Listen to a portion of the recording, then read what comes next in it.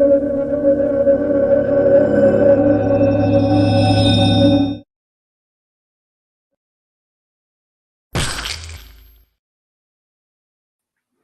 guys, J-Man here in the Phantom Zone, and today, yes, we're going to be talking about Black Panther, Wakanda, Forever. Sean and I were supposed to see this together in the theater so we could suffer together. Unfortunately, that didn't happen, so we suffered alone.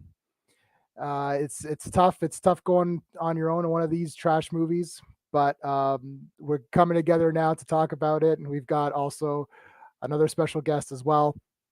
So there's not really anything. I mean, I already posted my review on this, and I know Sean's review. I don't know Clobby's review, but we're gonna talk about it. There are gonna be spoilers, so I'll put up a notice saying that there's spoilers once we get into it. So let's just. I think we're just gonna start getting right into it. So let's bring in our first guest.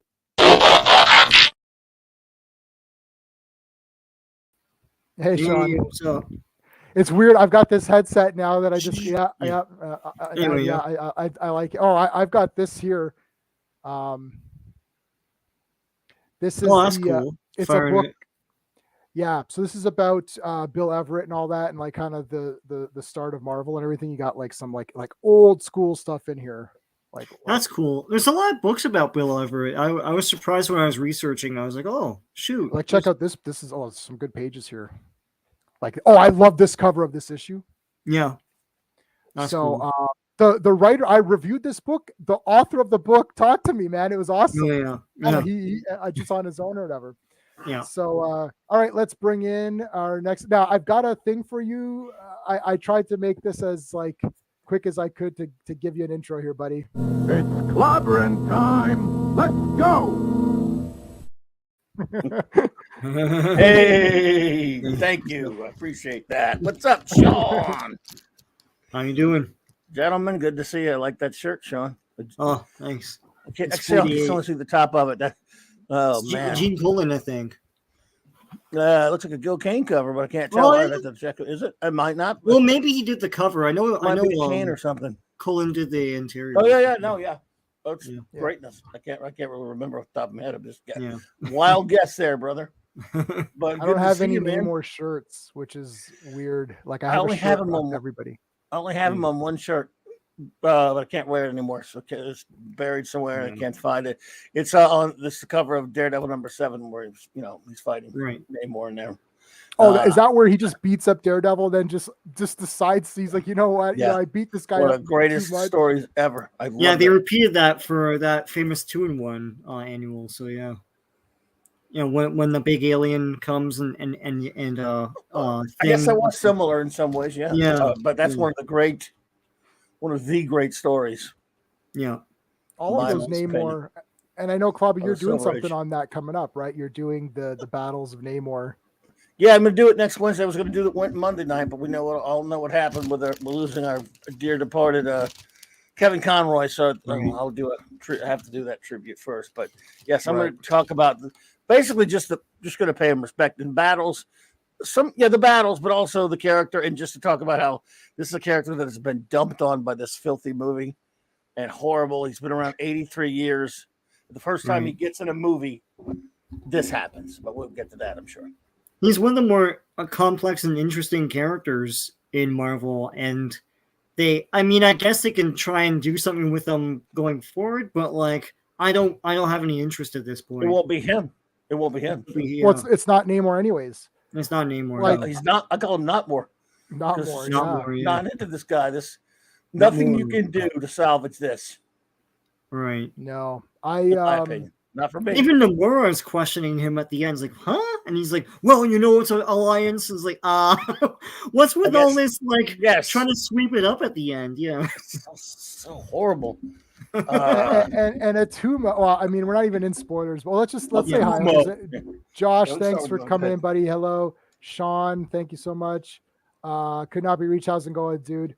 All right, so we'll get it. We'll break it down in just a minute. But I posted my review of this movie, and as soon as it uploaded, I gave it a 3 out of 10. And then I woke up and I was like, no, that can't be a 3 out of 10. That's got to be like a 2 out of 10. and then I amended it. And then again, I was like, no, I don't even think I could do 2 on that one. Right. So then I amended it to 1. Not my name or I agree shooter. And the thing is that then I posted a video of Namor sucks, and that video has twice as many views because it's me pretending to come up with new ideas for Namor for a movie.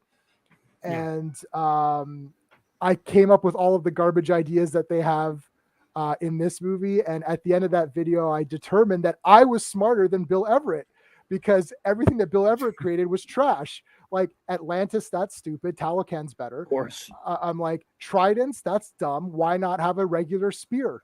That's just a regular spear that everyone else has. You know, why have a human father when you can have a human mother? But unfortunately, how does that work in with Atlantis? Well, we're not using Atlantis. We'll have, and how do they have purple? How do they have blue skin? Well, they drank blue Kool-Aid and then they got blue skin. That's easy, right? And so I basically said all the stuff that's in this movie, to make fun of the fact that I did it as a straight face. Like I did it as though like I really came up with these great ideas. And that video seems to be doing pretty good. Hey, Keely, how's it going? Nice. Well, certainly better than this. Certainly better than what they did. Well, so. Clobby, where are you at? Are you saying it's the worst? Last time I heard from you, you said it was. I have decided on my ranking. As you know, I've done 2 shows with a great buddy Michael, a friend from Retroblast, where we both ranked from worst to first the Marvel films. Until this one, there were 29 exact MCU / later transmogrification into MCU films. And there were 29 of them. I had at the very bottom, I had Eternals at the distinguished 29 spot. This is number 30, and I'm going to keep the Eternals at 29. I got this one at number 30. I think it's the worst one I have some reasons for it. I understand that you could make a case the other way. It's still kind of a toss-up, but spoiler alert, I think it's the worst of all of these. Yeah. It's in my review. I said it was better than Thor: Love and Thunder, but I don't think it is anymore. I'm close to saying it's the worst. Well, how about this? The thing is that I never read Jack Kirby's Eternals until after I saw the movie, so I wasn't angry at that movie. I was just bored, and it was just bad. This movie, I don't think is as boring. But I was angry, like, I don't know, man. Like Namor flip-flops. There's my Namor shelf right there.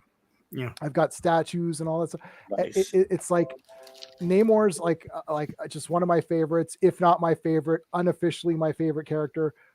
It's just like I was so pissed off at every second, and every time there's dialogue in this movie, I wanted to shoot myself. It was so bad, so bad. Like Eternals is not Kirby's peak. I love it. Remember, we all reviewed it. We reviewed this comic book before we reviewed the horrible movie. And some of his most wonderful art, I think, that he's ever done in terms of his cutting loose. I love his art. Characters are not his most memorable. The story is interesting and fun. It's an interesting read. But it's not his greatest achievement, even not in his top 20 or 30 greatest characters, achievements, or any of that stuff. It's just, for at least as a Kirby fan, for me, it isn't. So. And there have been other crappy iterations done in comics after that. So the movie was bland and unbelievably. It had more stupid than Wakanda, although it's close.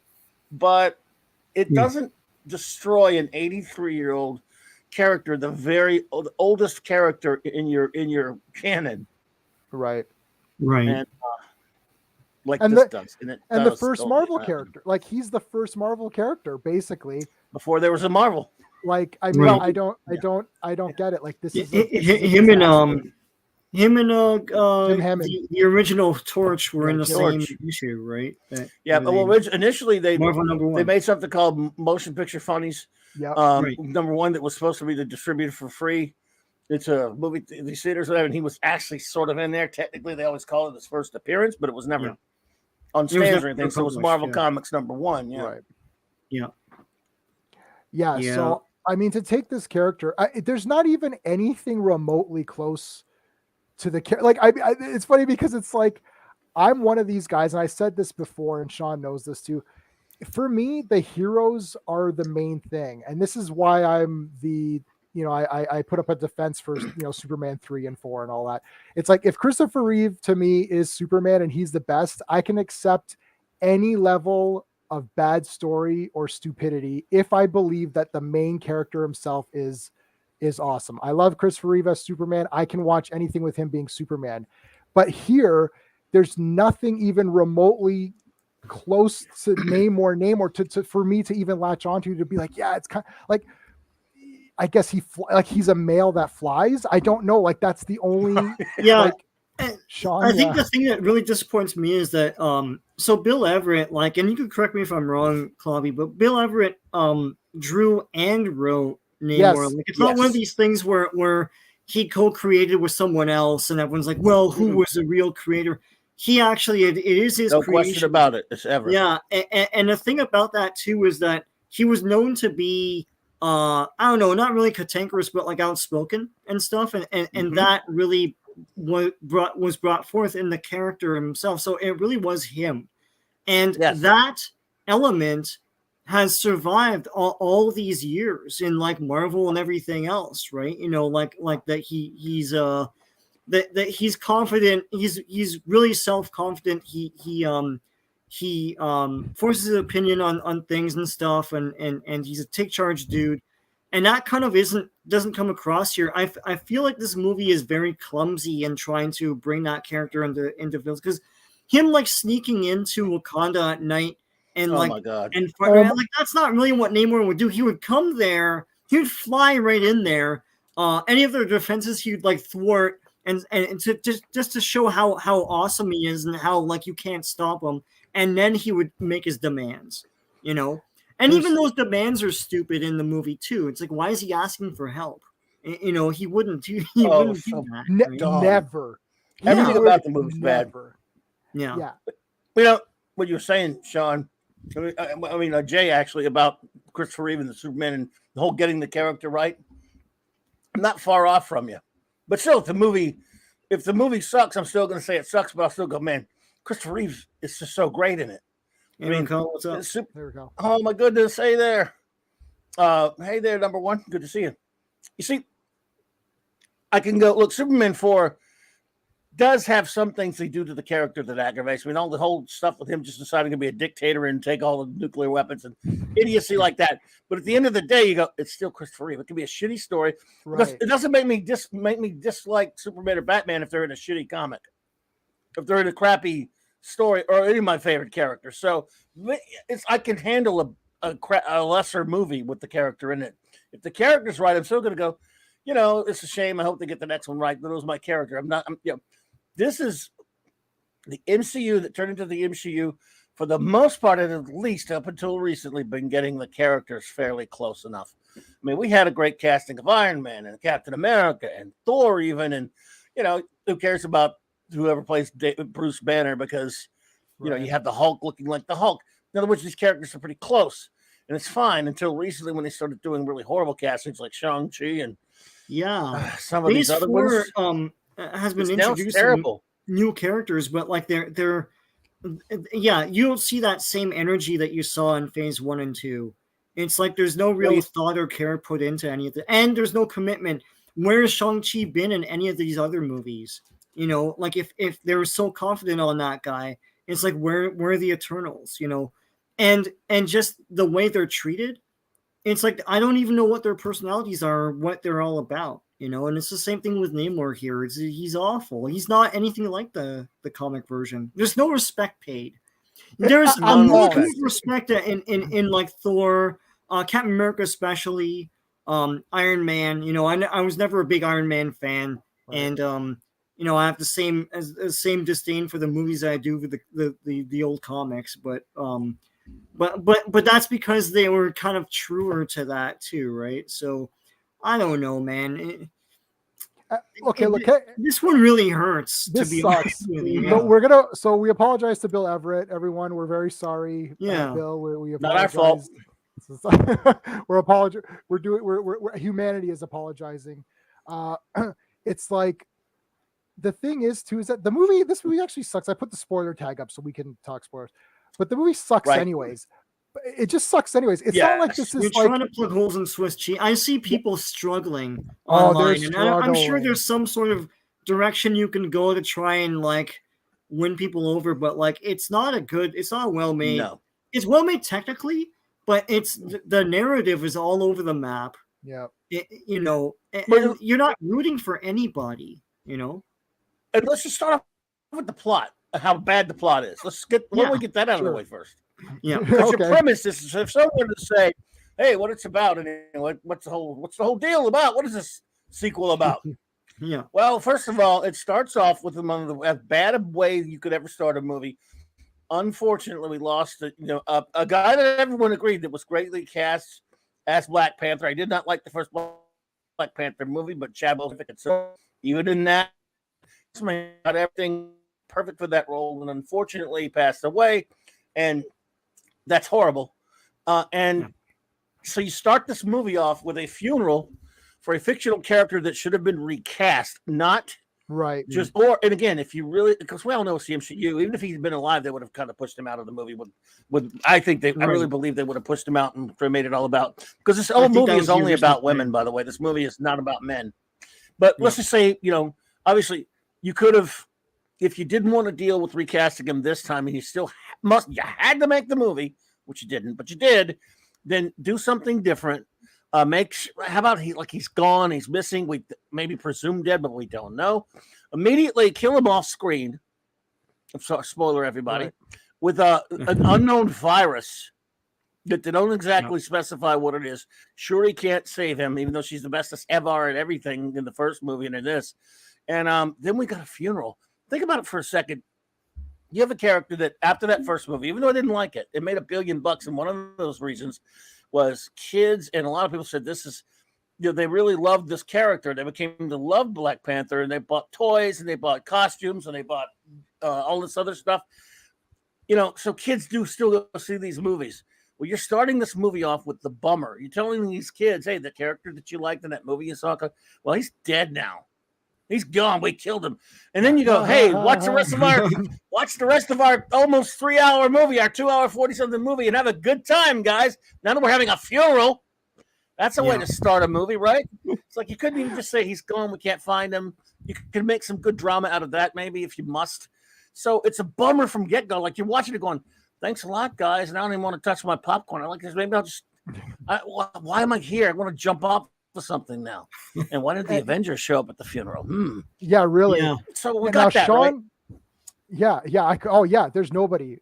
No, Sean had a good idea. Start, Yeah, Sean, tell your in 1 second. Let me say this thing, and then you can tell your idea about the blip, because your idea actually solved a lot of problems. I thought this movie was going to take place during the blip because he really did die. That would have worked. He was dead for 5 years, right? Right. So I thought that this was going to take place during the blip, and then in that time, everyone feels Wakanda is weak, so they attack it, and then in comes Talakan, or whatever the hell they call it. It would have made total sense. So not Atlanta, yeah. So someone asked you the plot of this movie, Sean, for example. All you can tell them is, well, let's see, this guy who's based on this 83-year-old character, Namor guy, he doesn't like he doesn't like the surface world. He doesn't want them to get a hold of vibranium, which they've only some scientist there. The scientist has found a way to detect vibranium in our part of the world. We don't want them to have it. So hey, he's gonna go to Wakanda and ask them to join in and just to conquer the surface world. And oh, by the way, would you guys mind going to kidnap that scientist so I could kill her? And then wackiness ensues. I mean, that's your plot. Yeah. Right. That's what it's all about. There's no other scientists in the world. And no one else could replicate this, right? It's all it's all a pilot for a Riri Williams. It's a pilot for a Riri Williams show too. Yeah. It's all a bunch of Clouseau-esque misunderstandings too. It's like, Tinoch thinks that like Wakanda is involved with the whole business with the detection device. They're not. Then he's like, go find me this scientist to kill. They go. I don't know why. And then they find out it's a kid, and they're like, oh well, heck, we're not gonna let him kill. But then they bring her back anyways. Well, I didn't like her anyway, so he could have killed her. Yeah, the government, TM, they're after Riri Williams, because she made the device. The device is now taken from them. They want a new device from her. Even though she didn't even make it, she came up with the plans for it, and that was given to the government. So why can't they just make it off of the plans they got from the professor? Going Like, after her makes right. Going after her makes no sense. It was just to get her excuse. It makes no sense. She's in it, and like she's not endearing at all. She just she's just overwhelmed by everything that's happening. That's all her lines are. Like, what's this? What's going on? Oh, you brought the FBI here? Oh no! Oh, is this a cave? Like, good God! Like, I'm gonna. But why is she scared? In a she TV works show with them. Yeah. Like, why would she even be scared? Like, it's like with the FBI, but don't you work with them? Like, you're in a dorm room. Like, wouldn't they whisk her away and put her in some Shield, like safe space? Yeah, like we're shielding all. We just see the director of Shield. We don't see Shield. Like they would have her in like a government facility trapped and be like, okay, here, make this stuff or whatever. It's so dumb. And Namor would never, like, Namor would see this and he immediately attack and be like, what are you guys doing? He wouldn't hide around in the shadows and come at night and be like, no, I'm doing a secret deal in the evening. Like, what's going on? Don't tell anyone. Over I'm New here. York at one whole point. movie's dark. What the hell is going on? That's so they could hide everything in the dark. The whole movie is really dark. The first half of it. But even shot in the dark. Yeah, even if it wasn't Namor the character, like let's say it's not the, I can turn my brain off and say it's not the comics. I can say, look, it's not the comics. But the problem is too is that he's not very cool anyways. Like they can't do villains where you're like, oh shit. Like he's got to come up and destroy stuff and be like, I'm effing Namor and you're gonna do this now. Not just like coming in like, I'll give you a there's chance. No charisma like, and also there's no charisma in the actor and there's no charisma in the writing itself. Like think of Khan from Star Trek 2. Exactly. Right? I mean that's a classic example, right? But like you want to be that guy. He's awesome, and he chews up the scenery. He's great. But in this, it's like I don't know what his motivation is. It's very weak. His motivation, like you keep questioning it when you're watching the movie. And this Tenoch guy does not command the screen at all.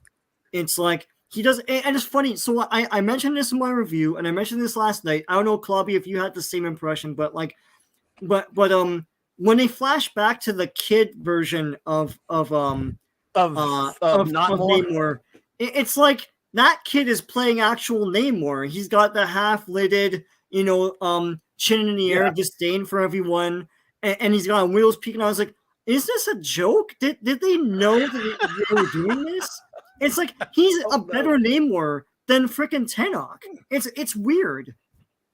That was the only thing that was sort of similar to comics. The fact that he wanted to wage war on the surface world, but that was about as far. That's a surface. It's a surface similarity. Because yes, he's nothing like the character, but he has no charisma. I don't blame the actor that much, other than the fact that if you cast somebody who looks more like him, that's more menacing, that can chew up scenery, that can really, let's just be honest, when he's speaking English, he's really tough to understand. It's tough. He speaks Mayan. He speaks Mayan a lot of the time, but he speaks English, and you're like, this guy, and this actor does not use normally. I guess he speaks English and other things. I mean, according to Paulie, I think, but he doesn't really. I mean, I don't blame the actor too much. He's just not. I mean, Subby's got to have some. I mean, he's got to have some magnetism right away. He's got to, like you mentioned, Khan. That's a good mention because he's got to be that kind of an enigmatic, like kind of a charismatic character. Right. Yeah. Can I say something a bit offside for a second? Was he a bit flabby? Like I felt like he wasn't dad bod. Yeah, he wasn't like okay. I mean, look, Namor has never had his shirt on, and if I was that size, I wouldn't have a shirt on either. I'm in Canada. I would walk around shirtless all the time. Right, he's a swimmer, like the perfect swimmer body. Right. Yeah. So I don't know. That guy didn't. What the hell? No. Like, you know what, man? You got to work out, right? Like, you're playing a shirtless guy. Like, I would be so nervous. It's like, okay, like checking your muscles all the time. Right. But like the other thing too is that this blue Kool-Aid and purple Kool-Aid, it really irritated me. That where origin was idiotic. Yeah, it's like they drank the blue Kool-Aid. I'm like, okay, and then Shuri later drinks the purple Kool-Aid, and then now she's just Black Panther. She doesn't need training in martial arts. She can just be, but you like get the powers from that thing. Yeah, but like you don't get any wisdom and stuff. You don't get skill. You don't get skill from it. Yeah. Well, why did this Kool-Aid give him powers anyway, like that? I don't. Yeah, that was. I don't know. But which Kool-Aid? Which Kool-Aid? The purple. I'm talking about not more. Well, why did he get those ridiculous superpowers and no one else did? Oh, that was in the script. Because the girl, he called himself a mutant. The girl that was pregnant did it, and then that's a side effect of like having a baby while you're drinking the Kool-Aid or something. It's so stupid. Yeah, but just how about do this? Make it the real origin. He's not 500 years old anymore. Just say he's half Atlantean, half human. You can even put him that stupid retcon shit about him being an alien and leave it at that instead of just dumb origin. Yeah, this was like super lazy, and there's no reason for it. And he predates Aquaman. And even if he doesn't, Atlantis is a thing. Everyone knows what Atlantis is. I think Sean and I discussed this way before when they first mentioned he wasn't going to be Atlantis. And it's like, okay, well, there's another hurdle for the regular, person who's watching this movie, because I have to remember it's Talocan. And now a regular person's like, wait, what is this? Oh, it's not Atlantis. What is it? I'm never going to say that word ever, by the way, if it is a word.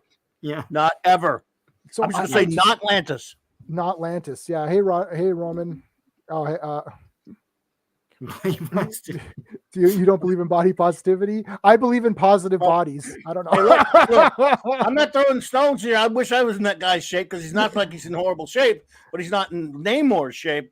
And I'm throwing stones. I just went on Holly's show earlier. We were talking about it with a couple of lovely ladies on the panel, Lorena Creo and Arim. Yeah. And they all thought he was the most gorgeous thing that walked the planet. So that's all fantastic. I mean, for him, good for him, but they're not really comic fans of the character, and even they understand that he didn't really look like. They didn't care. They were just into him, which is perfectly fine. He just doesn't look like Namor. Joe, what's up? Well, there's no trident. There's no origin. No. His name is not Avenging Did he have Sun it for like anymore. a second? Some kind of trident thing. It's like or a spear. It's funny.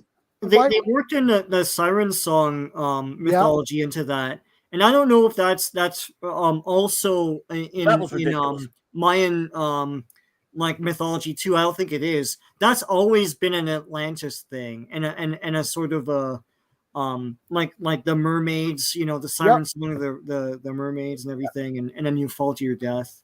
Hey, Greymalkin. I did like that scene. Well, the initial attack. It's very eerie. I like that. And I was like, well, this is cool, because they don't really show them that often. They show a few of the blue guys towards the end of that scene, but I did like the sound design and everything of that scene in particular, where they initially attacked that base or whatever. That was cool. What you're talking about in the beginning of the movie, where I like those water bomb things. Those They overuse them in their freaking water balloons. I know they're water balloons, but there's magical water pressure in them. That's you didn't know. Yes, you didn't know that. But this movie has a very weak, dull plot for even by superhero movie standards, and it's really not anything. First of all, you don't have Namor is not more supposed to pass as your villain. He's got to be the villain of the piece, really, because Atuma has no personality. They only say it once. The more they only say her once, she looks stupid too. Who are the bad guys? Oh, I know who the bad guys are, the surface dwellers. Because how about that ridiculous scene at the beginning in the what's it, the UN or whatever it was, where in comes Queen, what's her name? And you notice how they're all superior to everybody else, and just so much better than everybody else from Wakanda. Everybody else is scum, crap, and they walk in and she just tells everybody, lays down the law, like she's just gonna. They're just the way it is, and even though Namor is worse, than me doing it even more Namor. At least you notice that, though, by the way, he comes off Namor, but everyone in the movie just kept saying Namor. Everyone calls him Namor, yeah. And I got a buddy in our chat here, is a friend of mine, Manny's daddy. He always insists it should be pronounced Namor.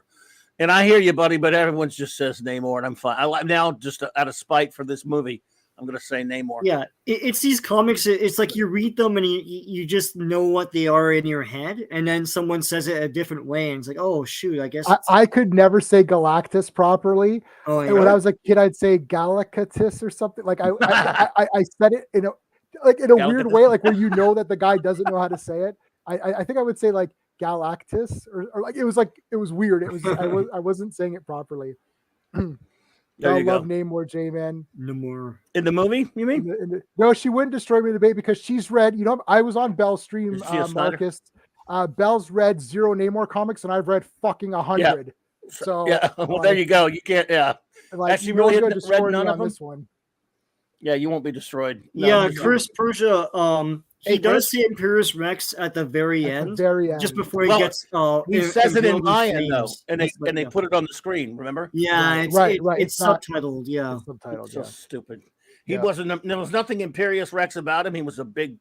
I'm not gonna try to curse. He was a punk biatch who got his wings clipped by a skinny little girl and got his ass handed. I don't care what gimmick she came up with to weaken him. She has like, and I don't even care that she has her dumb and idiotic enhanced powers that they took it from some dumb comics, but I don't like it anyway for either one of the movies. I don't care about that. Even M'Baku, who's the only kind of almost fun character, barely in it, they make a mention, and they did this to pump her up later. He mentioned something about that the guy's basically as powerful as the Hulk. Well, if that's the case, she shouldn't have been able to hand him his ass the way she did. Yeah, he says something like he's potentially as strong as the Hulk. And I don't know if that's because he got punched once by him or something like that. And literally, really, Namor and the Atlanteans would wipe the floor with these people. Right, they're super. It's not even close. Yeah, right? Take T'Challa out of it, and here's something that, and you know what? Okay, I'm going to pat myself on the back because I said this in my review. And the only other person who I heard say it so far was Lorena on Polly's stream earlier today, where she's like, "This is a disgrace to Chadwick Boseman. It is a disgrace."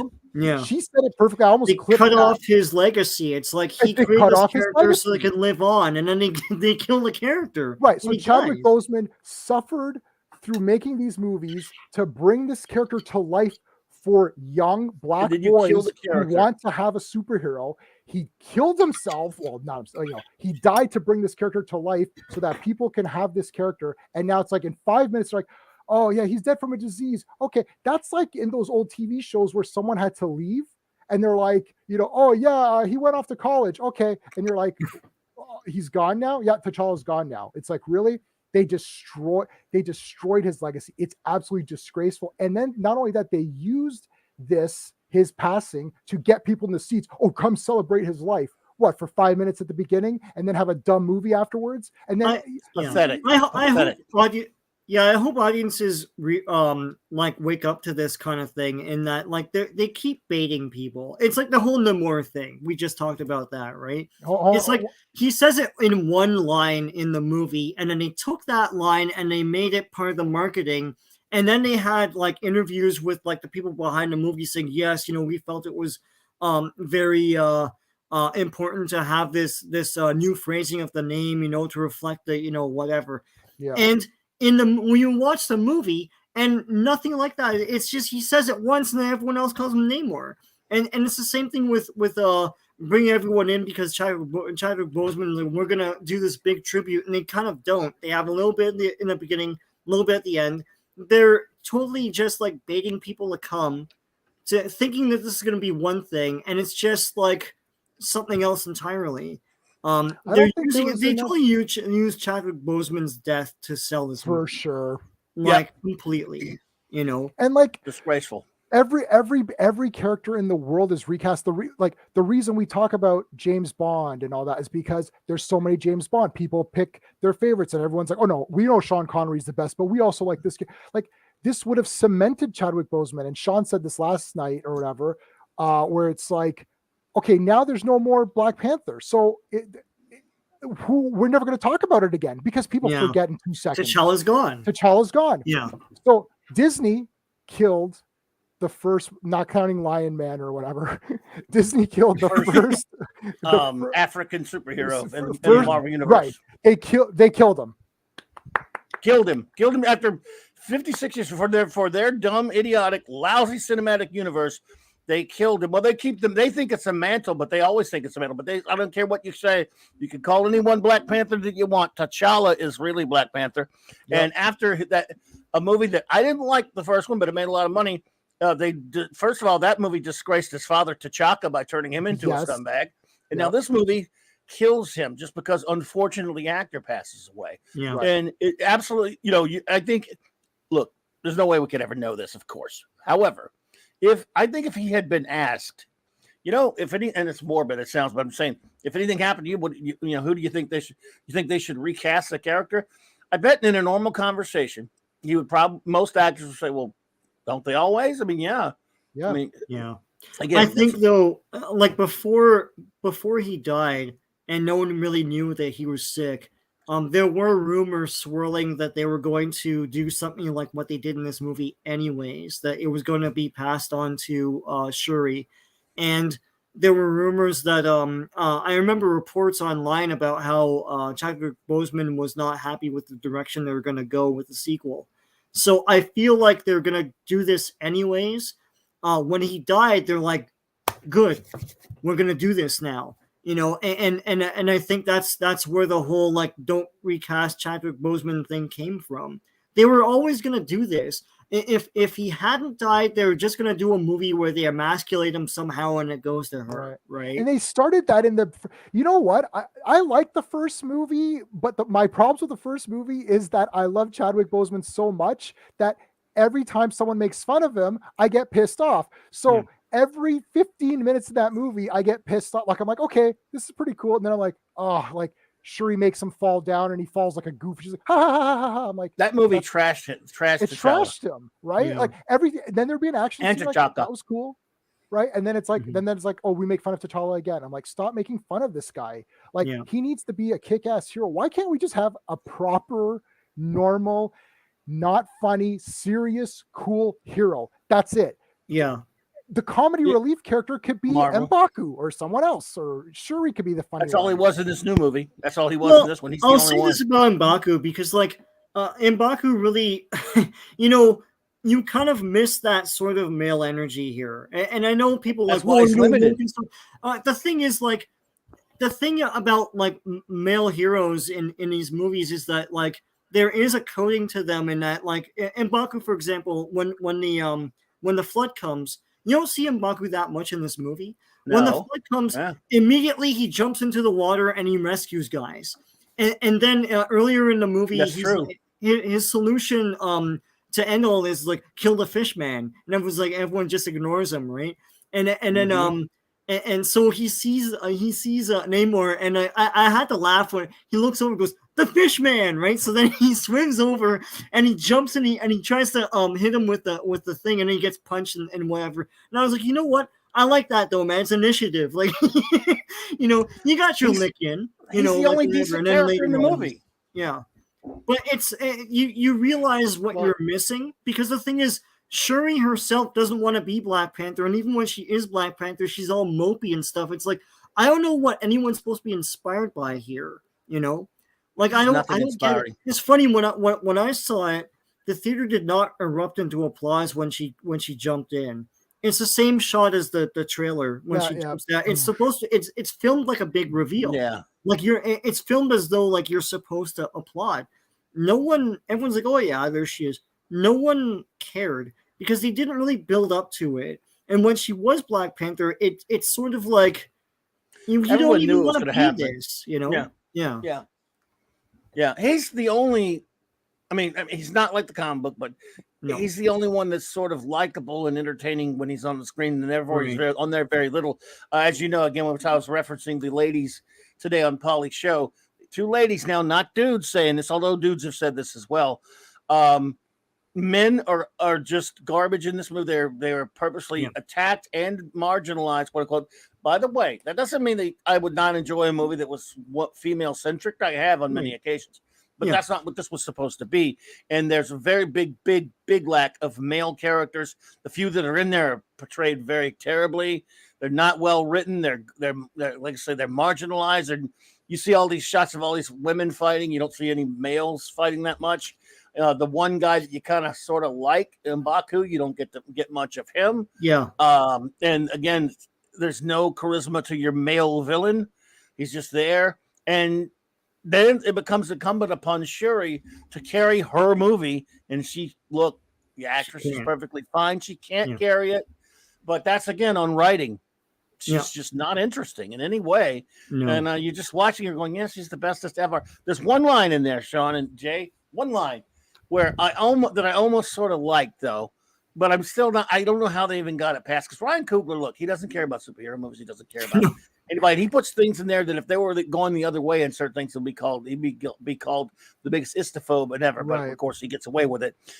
Anyway, there's a line where she's talking to Riri Williams. I can't wait to see her TV show. And she's talking about her father, this and that, and talking about how she, her father did this and that. She said, "What about you? How did you learn to do all the things you do," or whatever, to Shuri? And she did say, "My brother taught me everything I know." And I'm like, well, it's about damn time. Did he have to die? Because in the last movie, it was all about you being the smart one, and he didn't know anything. And now you're admitting, because that's one of the things I hated about the first movie. T'Challa's one of the smartest guys in the Marvel Universe. But in the movie, he's not. He's just a chump that lets his sister do everything. She's got all the brains. He's just runs around, gets in a couple of dumb fights. That's all. In that first movie, I hate that movie. Well, in this one, she's admitting we're going to find out, he was really smart and he taught me everything. Thank you. One little line. That's great. The guy's gone now and you killed him at the beginning of a movie instead of just saying you couldn't find him or whatever. Thanks. Thanks a lot, movie.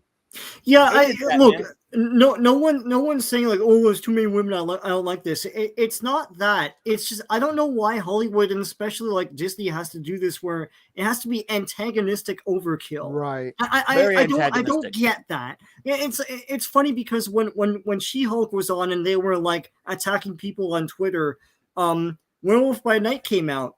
And guess what? Mm-hmm. Nobody said a thing about that. Everyone loved it. No, and that had Elsa Bloodstone. And it's like, that's how it's done. It's like it's a great character, cool story, done. There's no like needle prodding and like attacking the audience and stuff, right? Yeah. So that's what this movie is. That's what a lot of their films are.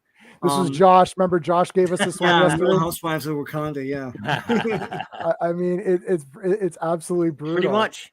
The only ones with the female characters in there. I mean, Angela Bassett's a great actress, but she's not. Everyone agrees on that. The only one I kind of sort of grown to like a little bit over the years, or a little bit fond of. I mean, Lupita's a beautiful woman. She's just nothing in the movie either, but she's wonderful. Is the like, what's her name? Okoye. I like Okoye. Yeah. I like her enough, and she gets treated like crap. Yeah. But she's at least. I've grown to like the character enough. She's a decent character. She has some personality. Yes. She's fun. And again, you don't really give her much to do. She has, and I don't like what's his face though. You're Mr. Colonizer, because that should be a slander to be called that, but it's of course perfectly fine. What's his face? Martin Freeman. Yeah. Why does he betray? Yeah. Why does he throw? Yeah, Bilbo. Why does he throw? And Watson. Why does he throw his life away for Wakanda? They saved my life. They didn't give a shit about you, dude. You got shot in the last movie, and they even acted like they didn't want to save him, but they went ahead because it was no problem. Remember that last movie, and then they let him fly a ship. Why is he friends with those people? I don't know why they stay friends with him. They call him names all the time. This movie. Yeah, like he could be Shuri's friend. Like why is maybe he's representation? I guess so. Yeah, he was the token white guy. Well, he's the token white guy in the last movie, and everyone's like yelling at him and stuff. It's like, why are you in this movie? And they hated him, and they hate him now. But he gives up his life, gets arrested because of his beach ex-wife, stupid. Why is she director? That's another thing. Falcon Winter Soldier. Yeah, I forgot about that. This movie sets up so many other movies, and I know a lot of people have in the past criticized Marvel movies for this, and I see no criticism of this movie. It's like, listen, Riri Williams is set up for her TV series.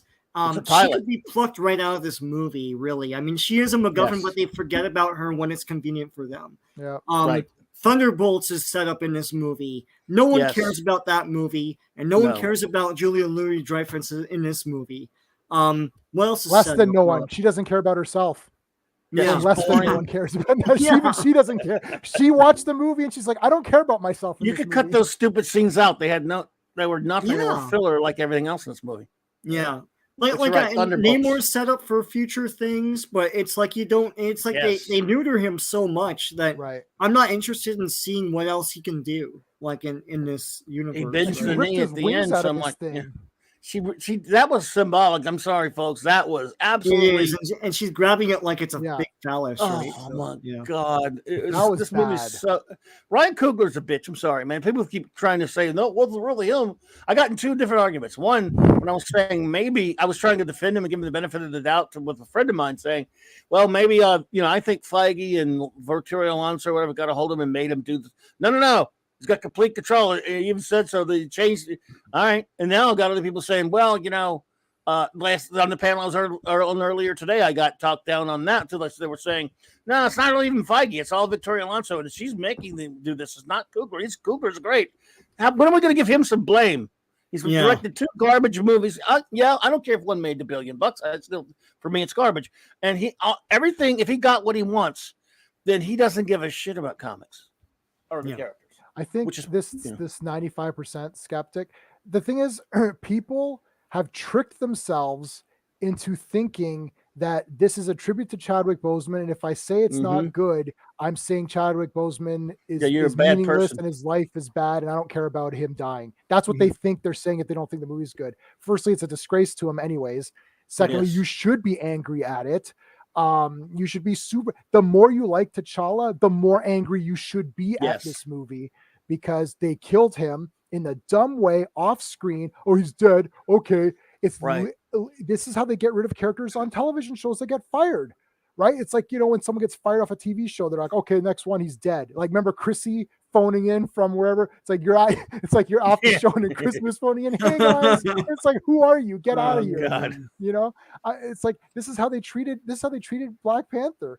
And Ryan Coogler has zero respect for this character. He should have been like, don't black boys need a superhero to look up? This is what they keep telling us. They keep saying, we need more. You got one. You got the OG black superhero. A great one. It's a great character. And this is a character that transcends too, because I love Black Panther. All right. It's like everyone likes Black Panther. So this was one of those times where it's not just a certain community. It's like everyone liked every single person thought Chadwick Boseman was the best in Civil War, right? Like, look, everyone's like, yeah, he was awesome in that. So you killed him. So, and now we're supposed to be excited that you killed him. And then you killed him and gave me a boring movie. You didn't kill him and then give me some super not spectacular even the good movie. way. Yeah, like something where I could be like, you know what? Yeah, it sucks that he died, but man, that was awesome. Or, that was a cool movie. Like you walk out and you're like, am I supposed to care about anything that happened in this movie at all? I don't like it happening to Black Widow, but she went out as a hero. That's true God's too. Sake. Yep. Let me tell you something. I didn't want her dying either. No, I don't like it. And maybe I wouldn't have done it, or I would have cheated and brought her back. But I mean, she didn't die. I mean, they didn't say it's not a shame what happened in that when she died the other day, and we just showed from some disease. She went out fighting. She went out heroic. But just to mention something about T'Challa for a second, T'Challa.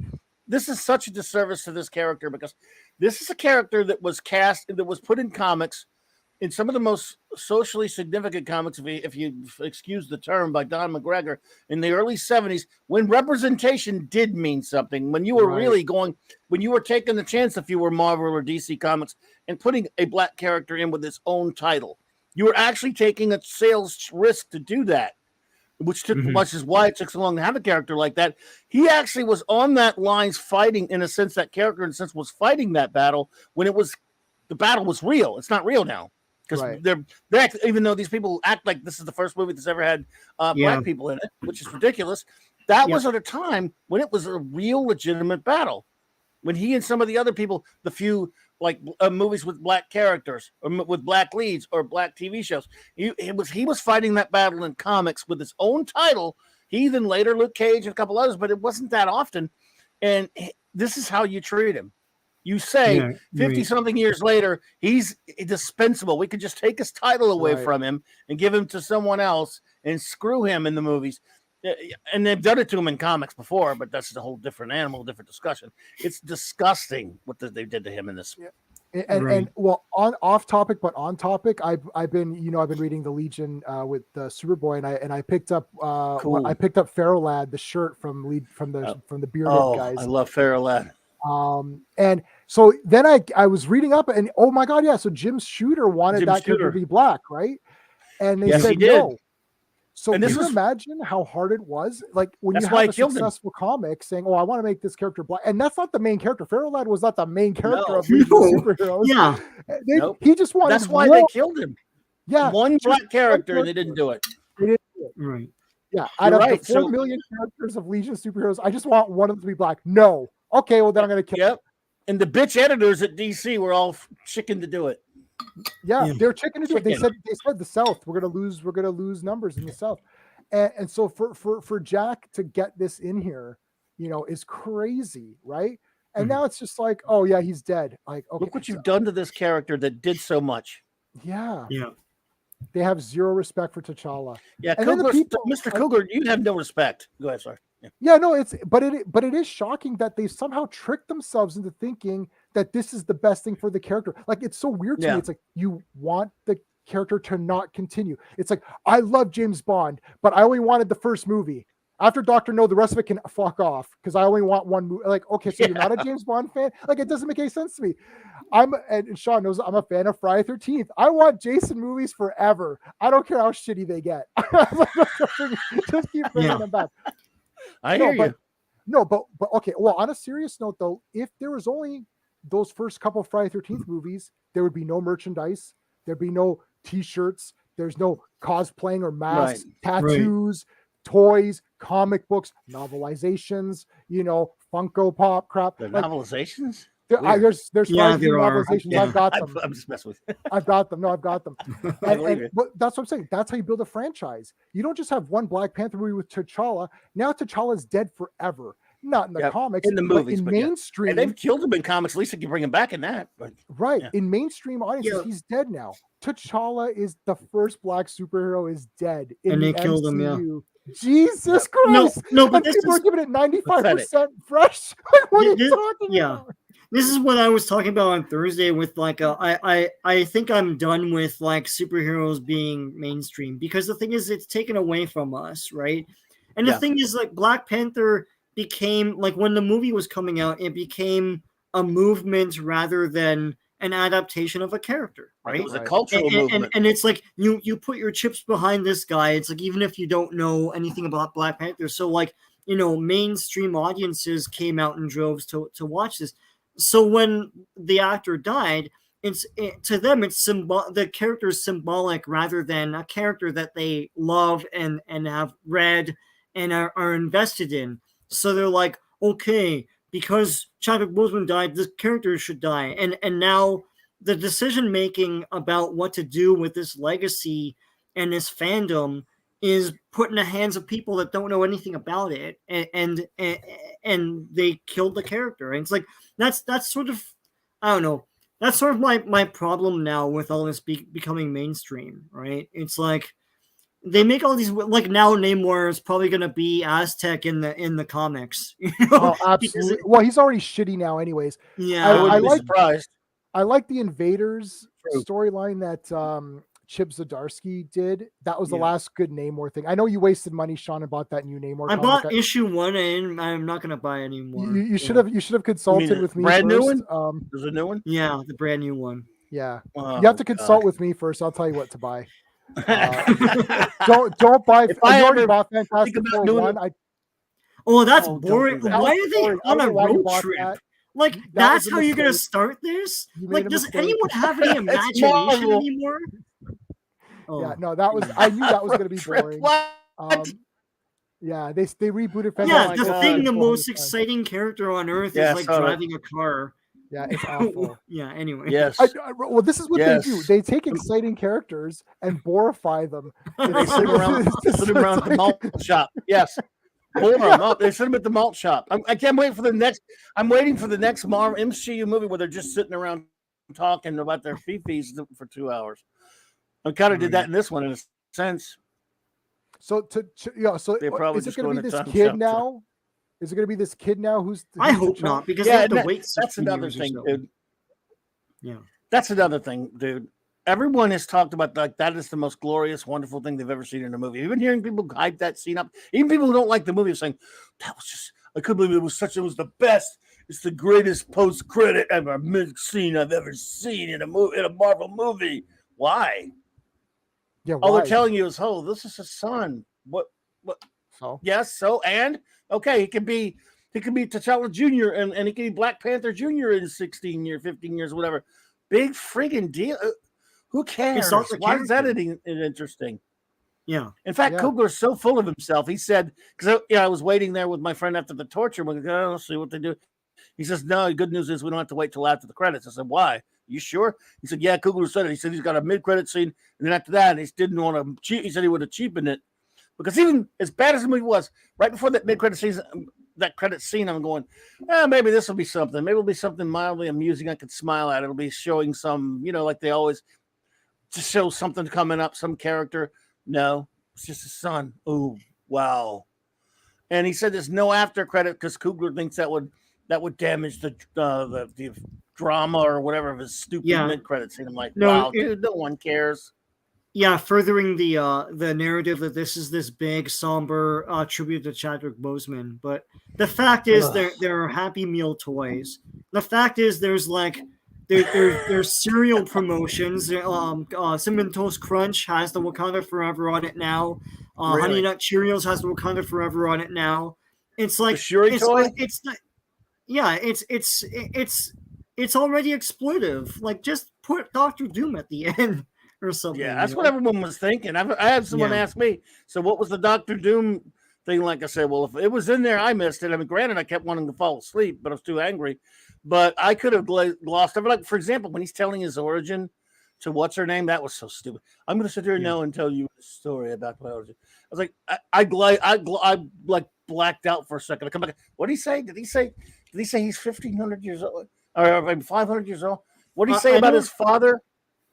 What I mean, I was like, oh, I almost missed something. Good. So he doesn't age, but everyone else does, right? Because his mother got old.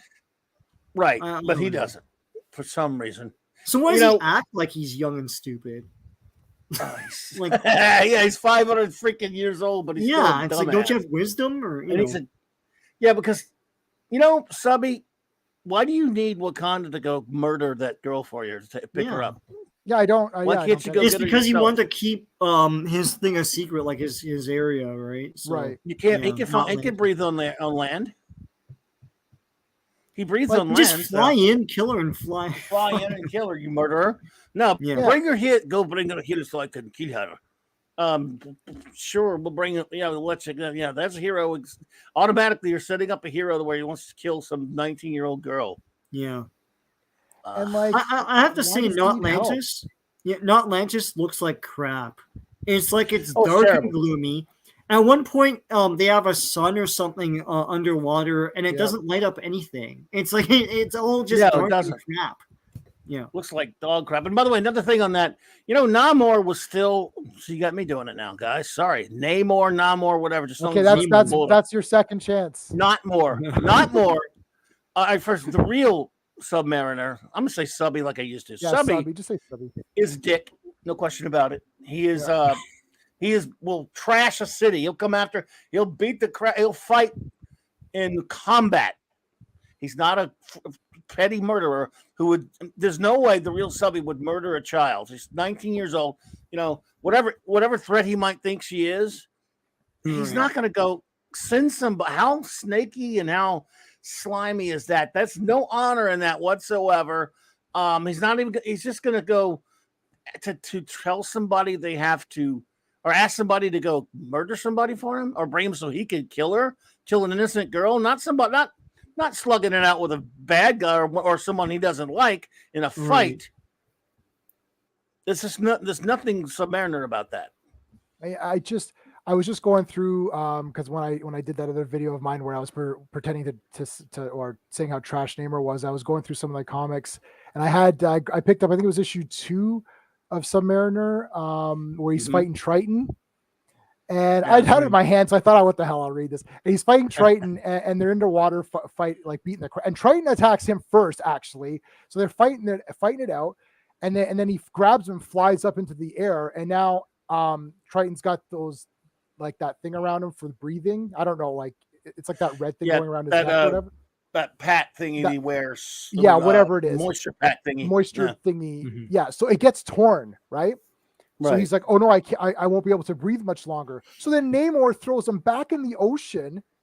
Right. And says, okay, we'll fight it out in the ocean if you can't breathe. Does that sound like someone who's going to be like, I need to murder this? And Triton attacked him first. And Triton's like pretty strong. So like, no, he's got honor. Yeah. It's just like, remember, he had his own Marvel superheroes cartoon in which they said stronger than a whale. He can breathe anywhere. He can stronger than a whale. He can swim anywhere. He can breathe underwater and go flying through the air. So beware you deadly demons. Namor of Atlantis is the prince of the deep. So in other words, he was on a cartoon in the 60s as the protagonist hero. Okay. He let Daredevil go when he whipped his. I mean, Daredevil had no shot, but the nobility of Daredevil standing up to him, trying to defend him, that was one of the greatest, most chilling lines or panels that Wally Wood did in Daredevil #7 when he's standing there. There's Daredevil all beaten. He had no chance against Subby, and he says, "I have fought the Avengers, the Hulk, and other superpowered beings, and yet none of them showed the courage you, the most vulnerable of all. To honor my enemy, I will leave." He leaves. He goes back. He was about to invade. He leaves in honor and respect for Daredevil standing up to him when he had no shot. Yeah. But so he's gonna tell somebody, "Hey, go kill this little girl, and if you don't, well, we'll go to war with you." Shut up. Yeah. Go screw yourself. Yeah. Phantom. Yeah. You're right. Triton can't beat it, but I'm just saying that he was like giving him pretty good, and he didn't kill him, right? Like he could have killed him. He didn't kill him. He didn't kill people. That. He threw him back in the water and said, "Okay, let's fight it out in the water where you're strong too." And then it was to show that he's noble and he wants to have a good battle. He's not just gonna like murder someone. And I that Daredevil issue is awesome. And it's #7, love it. People just basically says, "Okay, man, wow, you fought with a lot of heart, so I'll I respect that." And like this character, I don't know. What's funny, Sean, and I think Steve hosted. We played role playing games. So Steve hosted the Marvel game, and I played as Namor in the Marvel game. And I was a better Namor than these guys. Hell yeah, you are Namor, sir. Perfectly, man. I was just are Namor. I was playing Namor in the role playing game, and everyone thought it was awesome. I don't know. I thought everyone was like, "Wow, you're doing really good as Namor," because I was a dick, but still kind of like honorable too. And it's like I don't know. Namor's such a fun character. 83 years or whatever, 80 plus years. 83 years. 83 years. Jesus Christ.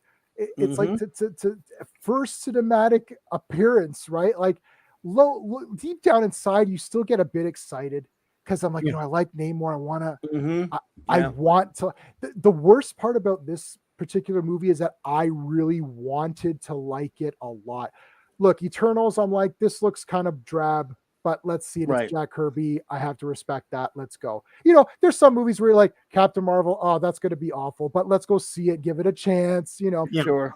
But I was like, oh man, it's Namor. Like, man, like, oh, come on. All right, let's do it. Like, let's get pumped. I wanted to like it, and I despised it. And it's like, this isn't like this. I wouldn't even say like, this isn't like where it's like, we knew BVS was going to be bad. We knew Justice League Zack Snyder was going to be bad. We knew these movies we weren't going to like these movies. But this is like, what the hell? Like, you have the budget, you have the ability to do this. You've got your guys in place. You're bringing Namor in. You can do the Atlanteans now with the effects that you have. You can have a Tuma. The guy looked pretty menacing, like as a Tuma. He didn't do anything. He's non. When he showed up, I was like, okay. He fought what's her name for a minute. So he fought her. I thought, okay, this is a fight. Let's see. I like, Okoye is the only one in this movie for me that has a character. I kind of like her. Anything. Yeah. Because she's the only one who wants to do action. Well, and M'Baku does too, but he just doesn't do anything until it comes to him. The two most likable characters get dicked in it. Yeah, and like Winston Duke is having fun. It's such a shame because he would have given like a lot to, whatever they threw at him. Right. I love when So Nakia like saves those two, Riri Williams and the other one, Shuri. Is that Lupita? Yeah, yeah. And Buck was just hanging out with the boys, I guess. I don't know. And they're like, oh, like Nakia saved these people, and he's like, oh, she'll be rewarded with eternal, like expulsion or whatever. Yeah. Yeah. I love it's funny. I don't even know if like it's an ad lib or something like that. But, Yeah, like, he's like, they'll reward her with banishment. He goes, yeah, she'll be because rewarded with banishment. like that's what Kuno Umanda did to what's her face, right? Yeah. Well, he was very reasonable. He's like, she saved us a million times.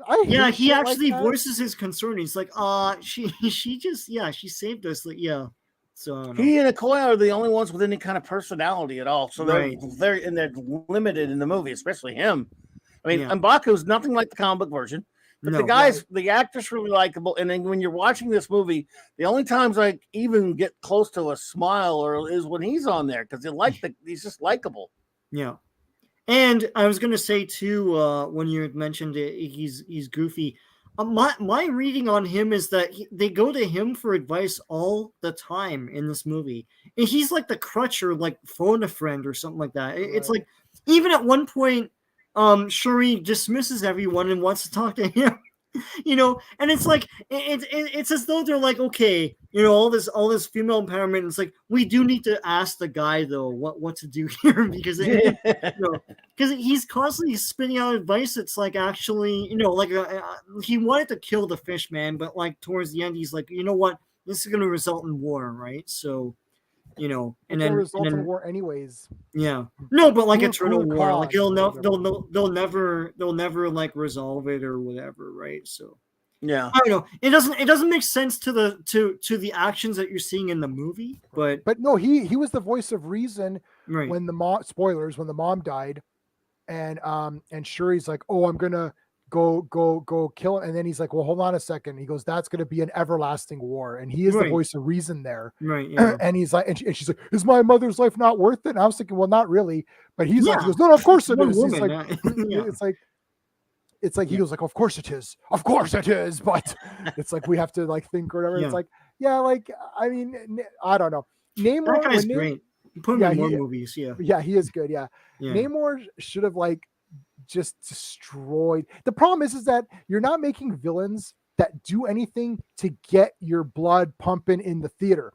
Yeah. Like, when Thanos came down and just kicks the shit out of people, you're like, oh shit, right? Or like friggin' what's his face, Black Order guys. Those guys come down, you're like, whoa, like who are these guys? They came out of nowhere and they're just like owning everybody. Mm-hmm. Like, where's the threat? Namor came nothing at all. You're right. First of all, they beat up a bunch of soldiers, which literally soldiers they lose in every movie, whether it's they murdered some cops too, remember? Yeah, they murdered a bunch of cops. I mean, no, what's her name murdered some cops? Yeah, Riri. Riri, right? Did she kill a bunch of cops or one of them? Yeah, and what the hell is why is it so easy for them to shoot at these people? Like Riri immediately just goes into, oh, I can just kill whoever I feel like killing. It's like, okay, well, whoa, that's pretty. Are you traumatized by any of this? Yeah. And I want to talk about her costume too, because people really beat up that thing too. I didn't hate it. Like it's a bit cheesy, but like it's a bit cheese. It looks bad. It doesn't look. It didn't even look photoreal. Like I think it didn't look CGI on it was pretty bad. It looked like anime. I was like, look, it's anime. Yeah. I'm like, it looks like an anime. She's a shitty character. I can't imagine people, even some people who went to see it in this movie didn't hate it like we do. How many younger people are gonna watch this? Is what it's for. This is a pilot. What you carve out like anywhere from 10, 15, 20 minutes of this movie. It's just you could take it out and it's a pilot for Riri Williams. And that's what this is. So how many people are gonna go, woo, she's from that Black Panther movie. She got her own TV show. Yay. They don't set up anything for her to grow past. That's the problem. It's like she can do anything. It's like, so what is her story? Like, what's the conflict gonna be in this freaking thing? She doesn't. You know what the problem is too? This is the thing with the writing. Like all of these characters that are inspiring, they don't do anything inspiring for people to get excited for. Like if you look at like Star Trek or whatever, people were watching that show and then they're like, wow, I want to be a doctor. So someone watched DeForest Yes. Kelly for their whole lives as a kid. Engineers, And then they're like, I want astronauts, to, it's like, I want to be a doctor. I want to be an engineer. I want to be whatever, astronauts, all those things, astronauts, right? Yeah. So because they saw them do the stuff in this movie, they're like, Riri's the smartest. And the script just told us that. And then it's like, well, I don't see her do anything. Oh, she has this suit. Well, the scientist. She's a Yeah, scientist. she just made this. The scientist. But I didn't see her do anything. Even in Iron Man 1, Tony, who is the smartest, still made suits, and he's like, oh, this one's not working properly. Like the funny part They went through a whole process with the suits. The process, he smashes. He like the first one he puts on, he crashes into the wall. He's like, oh shit, he goes, okay, something's wrong, right? So it's like, where's the process of her doing stuff to get you pumped up to be like, oh, she is smart. She's trying to do things. They don't care about that with these movies. They just run past that shit with these MCU movies. They don't care. Now. Oh, okay. She's the scientist. She's at MIT.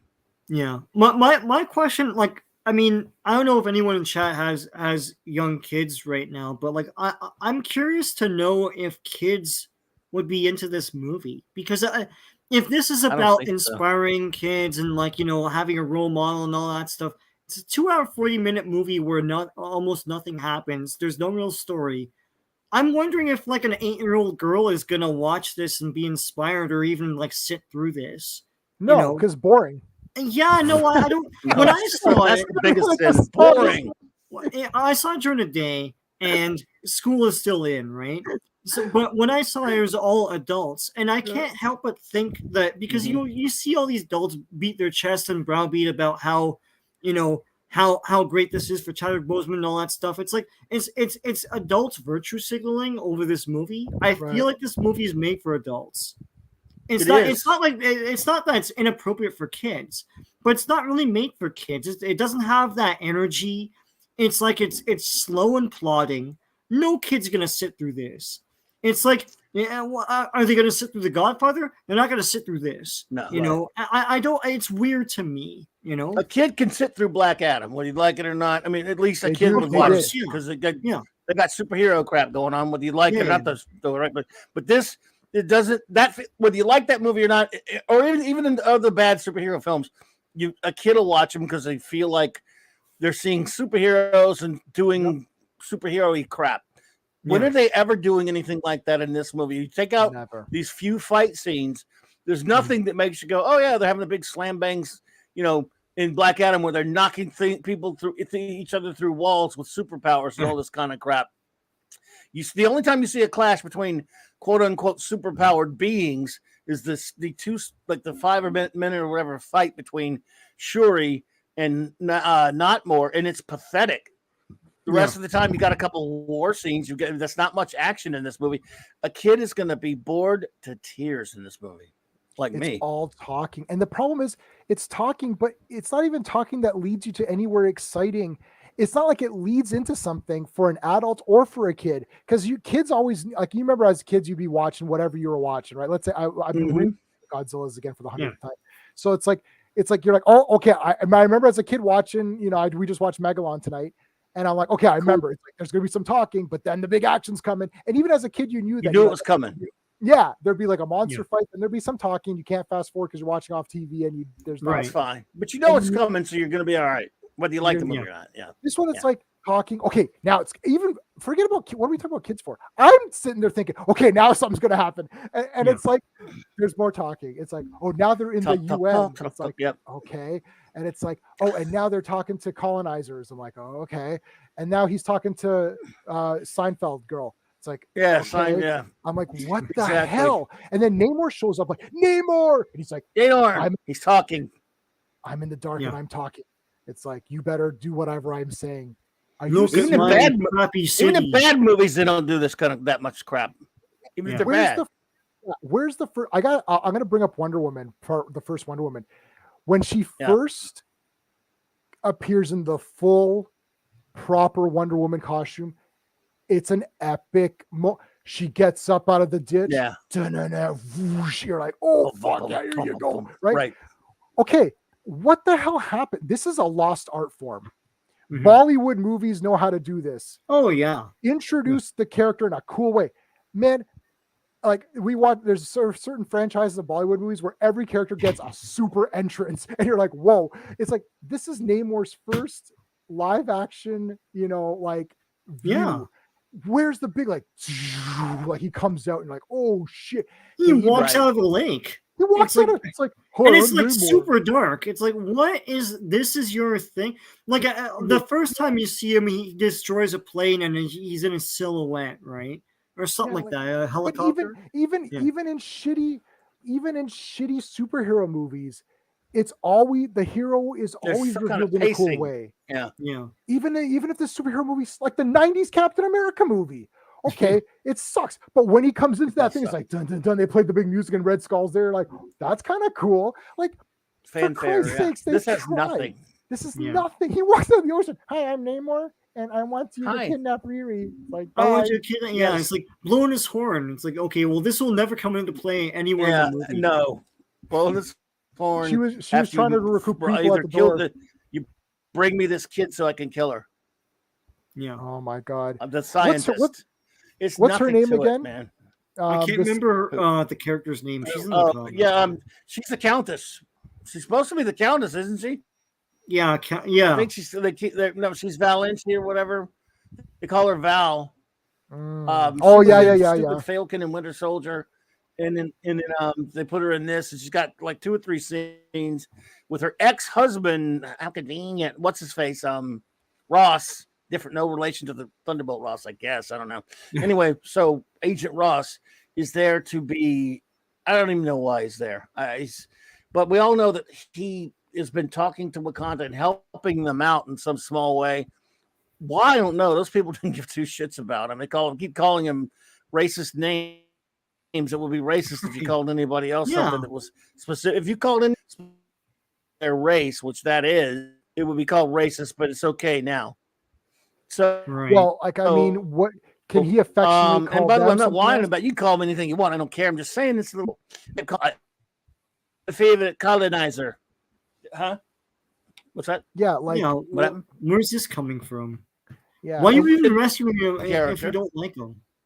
and the other thing too is like, what happened to Wakanda trying to help the people?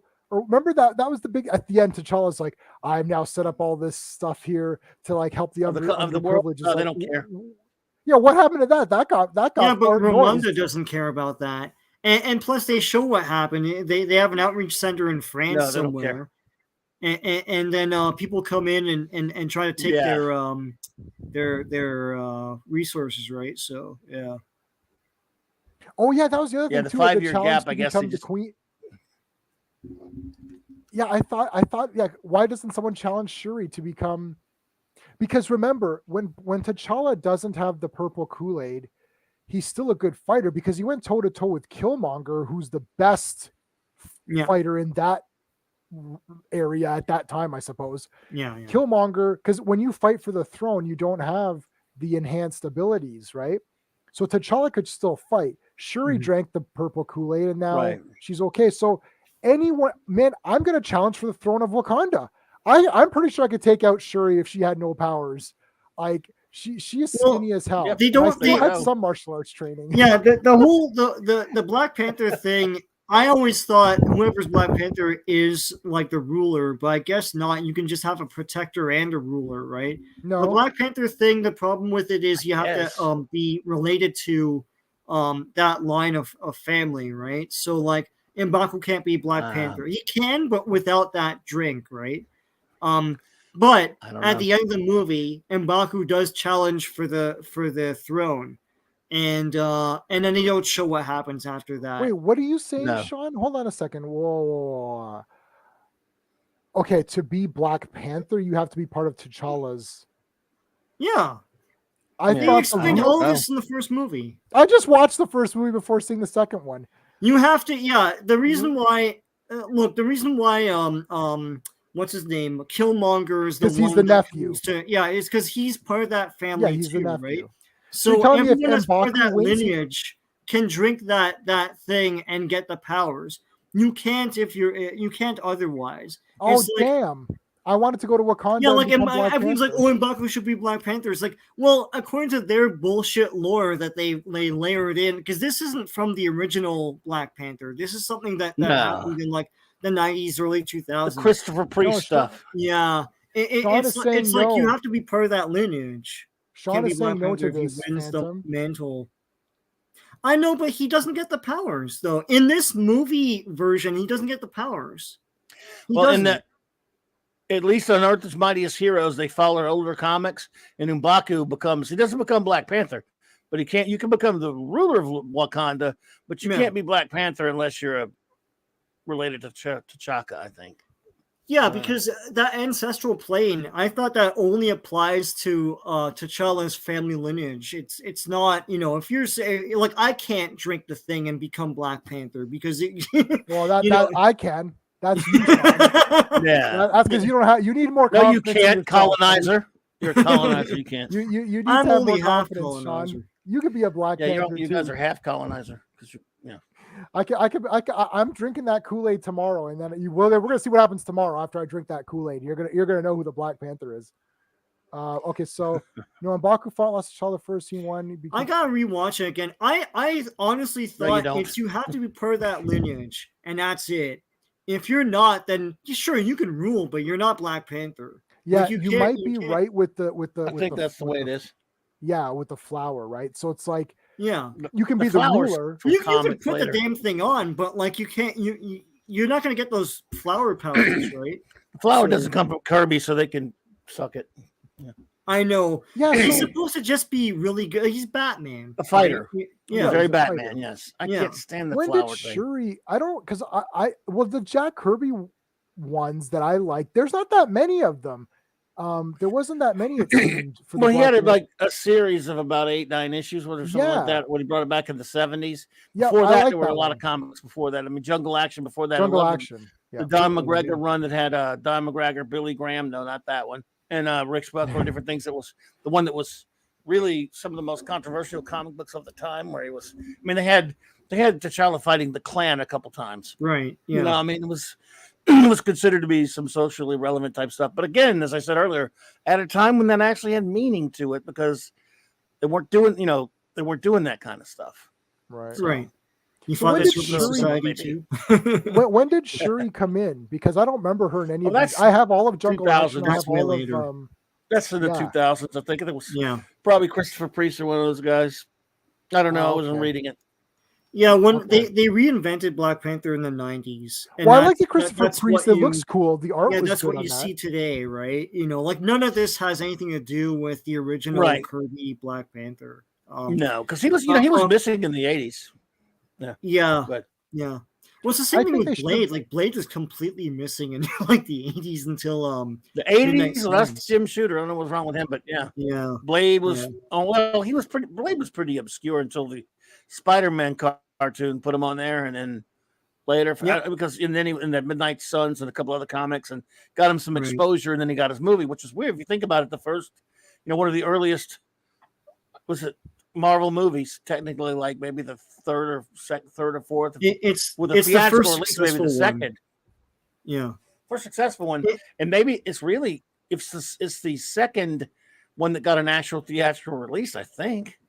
Howard the Duck is the first studio one, and then we like Howard the Duck, but anyway, Blade is the first one that actually, because the thing is Marvel had a dark period where like everything turned to shit. It's like Hulk was a popular TV series, but like most things were crap, and well, that, Clobby. I mean, like everything was garbage. Well, yeah. Hey, Stan's fault. Stan was out on the Gulf on the West Coast for 20 years before anything got done. We was just sitting on the beach. But a lot of these movie rights got sold to shysters that made like really cheap productions, and Blade was the first one that was actually successful. So yeah. I think we're at the point now. Ran him into the ground. Yeah. I think we're at the point now where it's the early stuff wasn't great because they didn't have the technology to realize it. Spider-Man couldn't really. I love the Nicholas Hamlin show, But like Spider-Man, you know, he couldn't swing properly. It was a rope. It was like obviously a guy No. like on a Yeah. you know, so they did the best that they could. But now we've reverted to shit where it's like, okay, the budgets are all there, but like just the storyline is garbage and the characters aren't respected. So it's like it's almost a different kind of shit. So like we can't see. I think it's over. I think we had our peak where we had our like maybe 10 really good ones. There's probably only really like what 10 action, and of all of the Marvel ones, there's probably only like what 9 or 10 that are actually really awesome that you'd be like, yeah, I gotta watch that again. You Yeah. know? Oh yeah. That's fair enough. You know what I mean? And I think that's it. And the other ones are like, yeah, it's okay. But like now we've reverted back to our like, well, maybe I'm gonna go back and watch that Nicholas Hammond show. At least it's not like, you know, it doesn't piss on the characters that as badly as this pisses on everything. Like they tried to make Spider-Man come to life. Yeah, I guess. it's just that show. The only problem with it is it was boring. It's you know? boring. Like, and he's not funny. he had Like no- Spider-Man's but not it fun. doesn't make powers. fun of the character. That's the thing. Right. It's not making fun That's of for him. sure. Yeah. Yeah. Like that J. Jonah Jameson it was thing just is still limited. there. You know. Yeah. Yeah. You know something weird I just realized about this stupid movie we're talking about that just dawned on me because I'm sitting here and I got the big old TV next to me on my desk because the football's on there. They went to go to a commercial for that movie, right? And I'm seeing this commercial. I've seen a couple of them. They almost show you this movie's called Black Panther, so on and so forth. You don't see any shot, almost nothing in the commercial with the Black Panther character beating Shuri. Like one split second with her fighting, like for 2 seconds. All the other scenes are the others they're trying to get you into the theater, the spectacle stuff, showing everything else. Mhm. If this movie had T'Challa in it, whether it had been Chadwick who's been being still with us or recast, you'd see a bunch of shots of Black Panther running around doing stuff. But all these ads, they have nothing to offer you. They may as well just be called Wakanda Forever without the heading Black Panther on it. Right. Because I I don't know even know why it's called Panther. that. Why is it even called Wakanda Forever? It's like it didn't do anything because to it became a further big Wakanda's name. greatness. Yeah. I can tell you, I can answer that for you. Well, yeah, because of that. A cultural phenomenon sprung around this mythical country, which was basically instantly Bali. If you think about it, it's pretty silly and sad It that is. where does it, it's not real.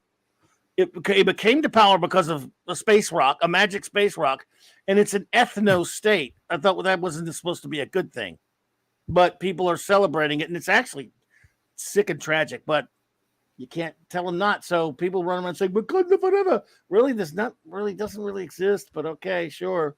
And forever, I mean, if that's where you want to go, but you're not going to be able to go there for real, by the way. Yeah. And by the way, it had all that power for all those years and didn't give a shit about the rest of the world. Wakanda, what about that? Are they really that nice? Okay, just saying. Yeah, Why they're didn't they not help nice. the whole world? Why didn't the whole planet benefit from that instead of one country, isolationist country, huh? There was there was an ethno state. Why? We're not going to talk about that elephant in the room, are we? So kind of forever, yay! Well, you know, Right. Angela Bassett pointed out all the wrong things in the first movie. She's like, you're the one who went with Killmonger, and as soon as he became king, you joined with him. I'm like, right, that's your own dumb laws. It's like you pointed out the flaws of your own stupid thing. It's like, yeah, we're so advanced that we decide, you know, who's going to rule us by combat. Like, Well, it's but that's the comic book curse of origin places, right? It's like Themyscira, Asgard, Wakanda. They're stuck in the past. It's like that's just and now Talocan or whatever. It's like they always depict them as being stuck in like a primitive past, even though they're technologically advanced, but they're walking around in togas and and all this bull crap. So Namor, Yes. because his mom's in the real Namor, his mom's the princess, right? And he's Of Atlantis. half-breed. Yes. So in this one, though, I don't remember this. So I'm asking if I'm not saying this is a complaint of the movie. I'm asking because I don't remember. Me either. Why is he the ruler? Because he has superpowers. I think that's it. Is that Because they No, worship him I as thought a that was- demigod, yeah. And because That's they it. think he's related to Kukulkan, They believe he's a which god is the or real whatever. thing. So, And yet they're so technologically advanced. For 500 years, they still believe in crap like that. And they've got an extraordinarily advanced society down Right. there. but they still think he's a. I mean, even in the original origin, they don't think he's a god or anything. They know he's just a half, Atlantean, half human that they've backed behind because he's powerful and stuff. Sure, Yeah. but in this, why are they primitive like that when they're so advanced? I hate crap like that. Yeah. Iron Man 3 or Wakanda Forever. Iron Man 3 is better, obviously. Yeah. I don't like Iron 3, Oh, Iron Man 3 God. much, but Wakanda Forever is worse. Yeah, that's really worse. And where were the Avengers? I know. They can't show up. They probably weren't invited.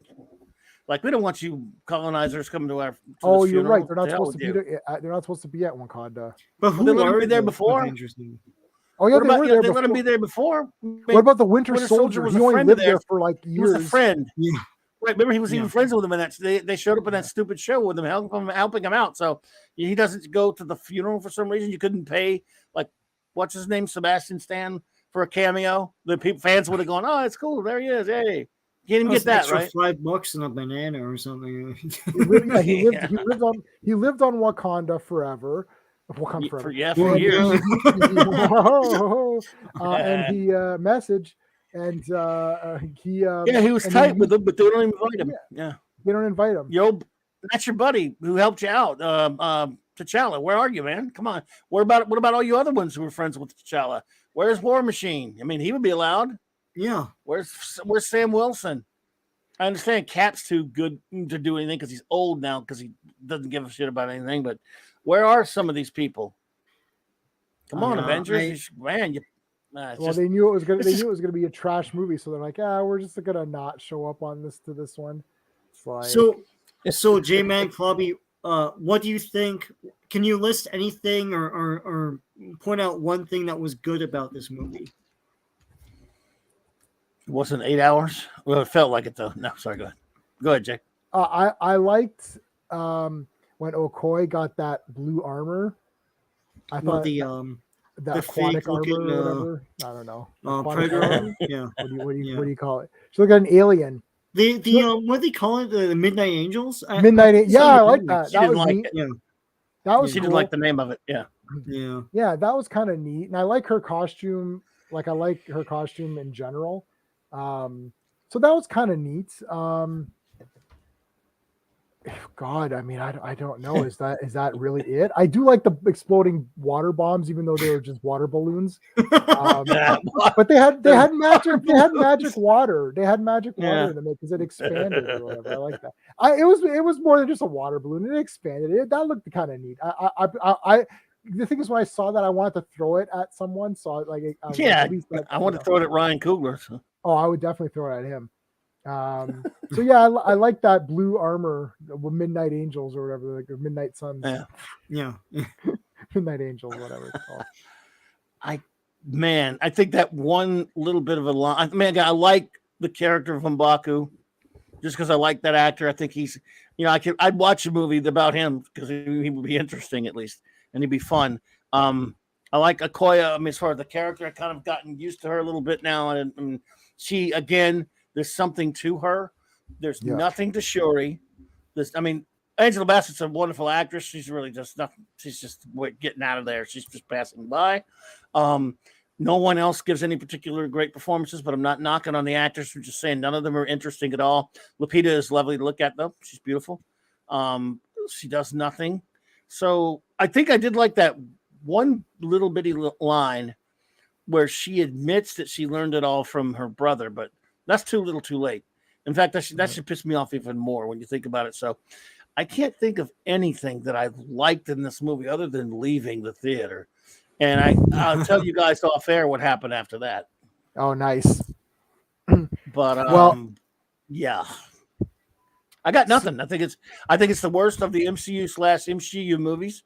I got it dead last because of what it does. If it didn't do this to Namor and it was just everything else and it was just the same level of crap, boring, because there's the biggest sin of all of it is it's very boring. But that's the second biggest. What it does to Namor is a disgrace and an insult to a character. It's disgusting. So I got nothing for it. Yep. Sean, so where's this rank for you then in the do you have anything positive? some of the visuals and some of the beginning of the movie. Sort of like suggested that this is going to be a better, more epic picture. Like I said, I did like that initial attack by the Atlanteans or whatever, not Atlanteans or whatever. When they're blue, I did get a sort of nostalgic ping of what they looked like in the comics. When I was really into them, I'm a big fan of Atlantis attacks. The For old sure. this Yep, thing. that's- You like that one, huh? And there he is, man. Well, yeah, I was a kid. I liked it. I'm not knocking you. I never bought it. I was out of Marvel at Yeah, that point. it was a, I like Atlantis Gar. attacks too. Gar Well, is I'm one of picking my on you for favorite it. Marvel villains. No one even knows who that is, but Who? Sorry. What'd you Gar, say? he's the main villain of this. He's a Yeah, high yeah. priest of Atlantis, and he has like superpowers and all that. Yeah, no, that kind of thing was cool. I like the color scheme of Namor when he's far away and you don't see the stupid bone in his nose. Yeah. Then they can pretend that it's Namor. He looks so Because he terrible. has the wings and he's got the green like That's my Speedos preferred or whatever. Namor. Every Trunks. every Namor on that shelf Trunks, is the yeah. green. But Right. beyond that, like it's just a bunch of missed opportunities. It's funny when Namor comes to meet Queen Ramonda, I thought they're gonna make a lot more of that. Like she'd show him around Wakanda, and as an audience, you get to see more of Wakanda, which you didn't see in a movie called Wakanda Forever. And Yeah, you don't get to see much Wakanda, do you? no, I thought they're going to expand that a bit more. It's like there's only one piece of culture they squeeze in there that we haven't seen before. Where in the very beginning, when the ship comes into Wakanda and there's guys like drumming on these water drums, that was cool. Yeah. And that's it, And I thought there'd be more like fish out of water, pun intended, stuff with Namor encountering the Wakandans and stuff like that for some brevity, for maybe 3-4 minutes or something like that, but that didn't happen. I don't know. This movie is a mess. I get everyone's trying to like, they'll be like, oh, it's so emotional, so great, but like I think in a year's time, people will look back and say like, yeah, that movie didn't work. It didn't work, Yeah. Once the hype dies down. Yeah. I would be remiss, Jay, if I did not mention this for anyone.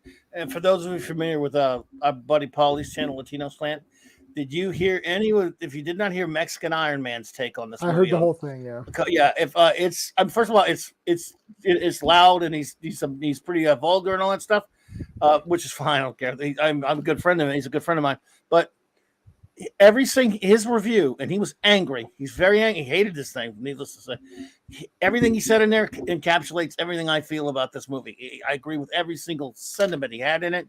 And he is a Mexican Iron Man because he is he's Hispanic, and he nailed it. We were very soft.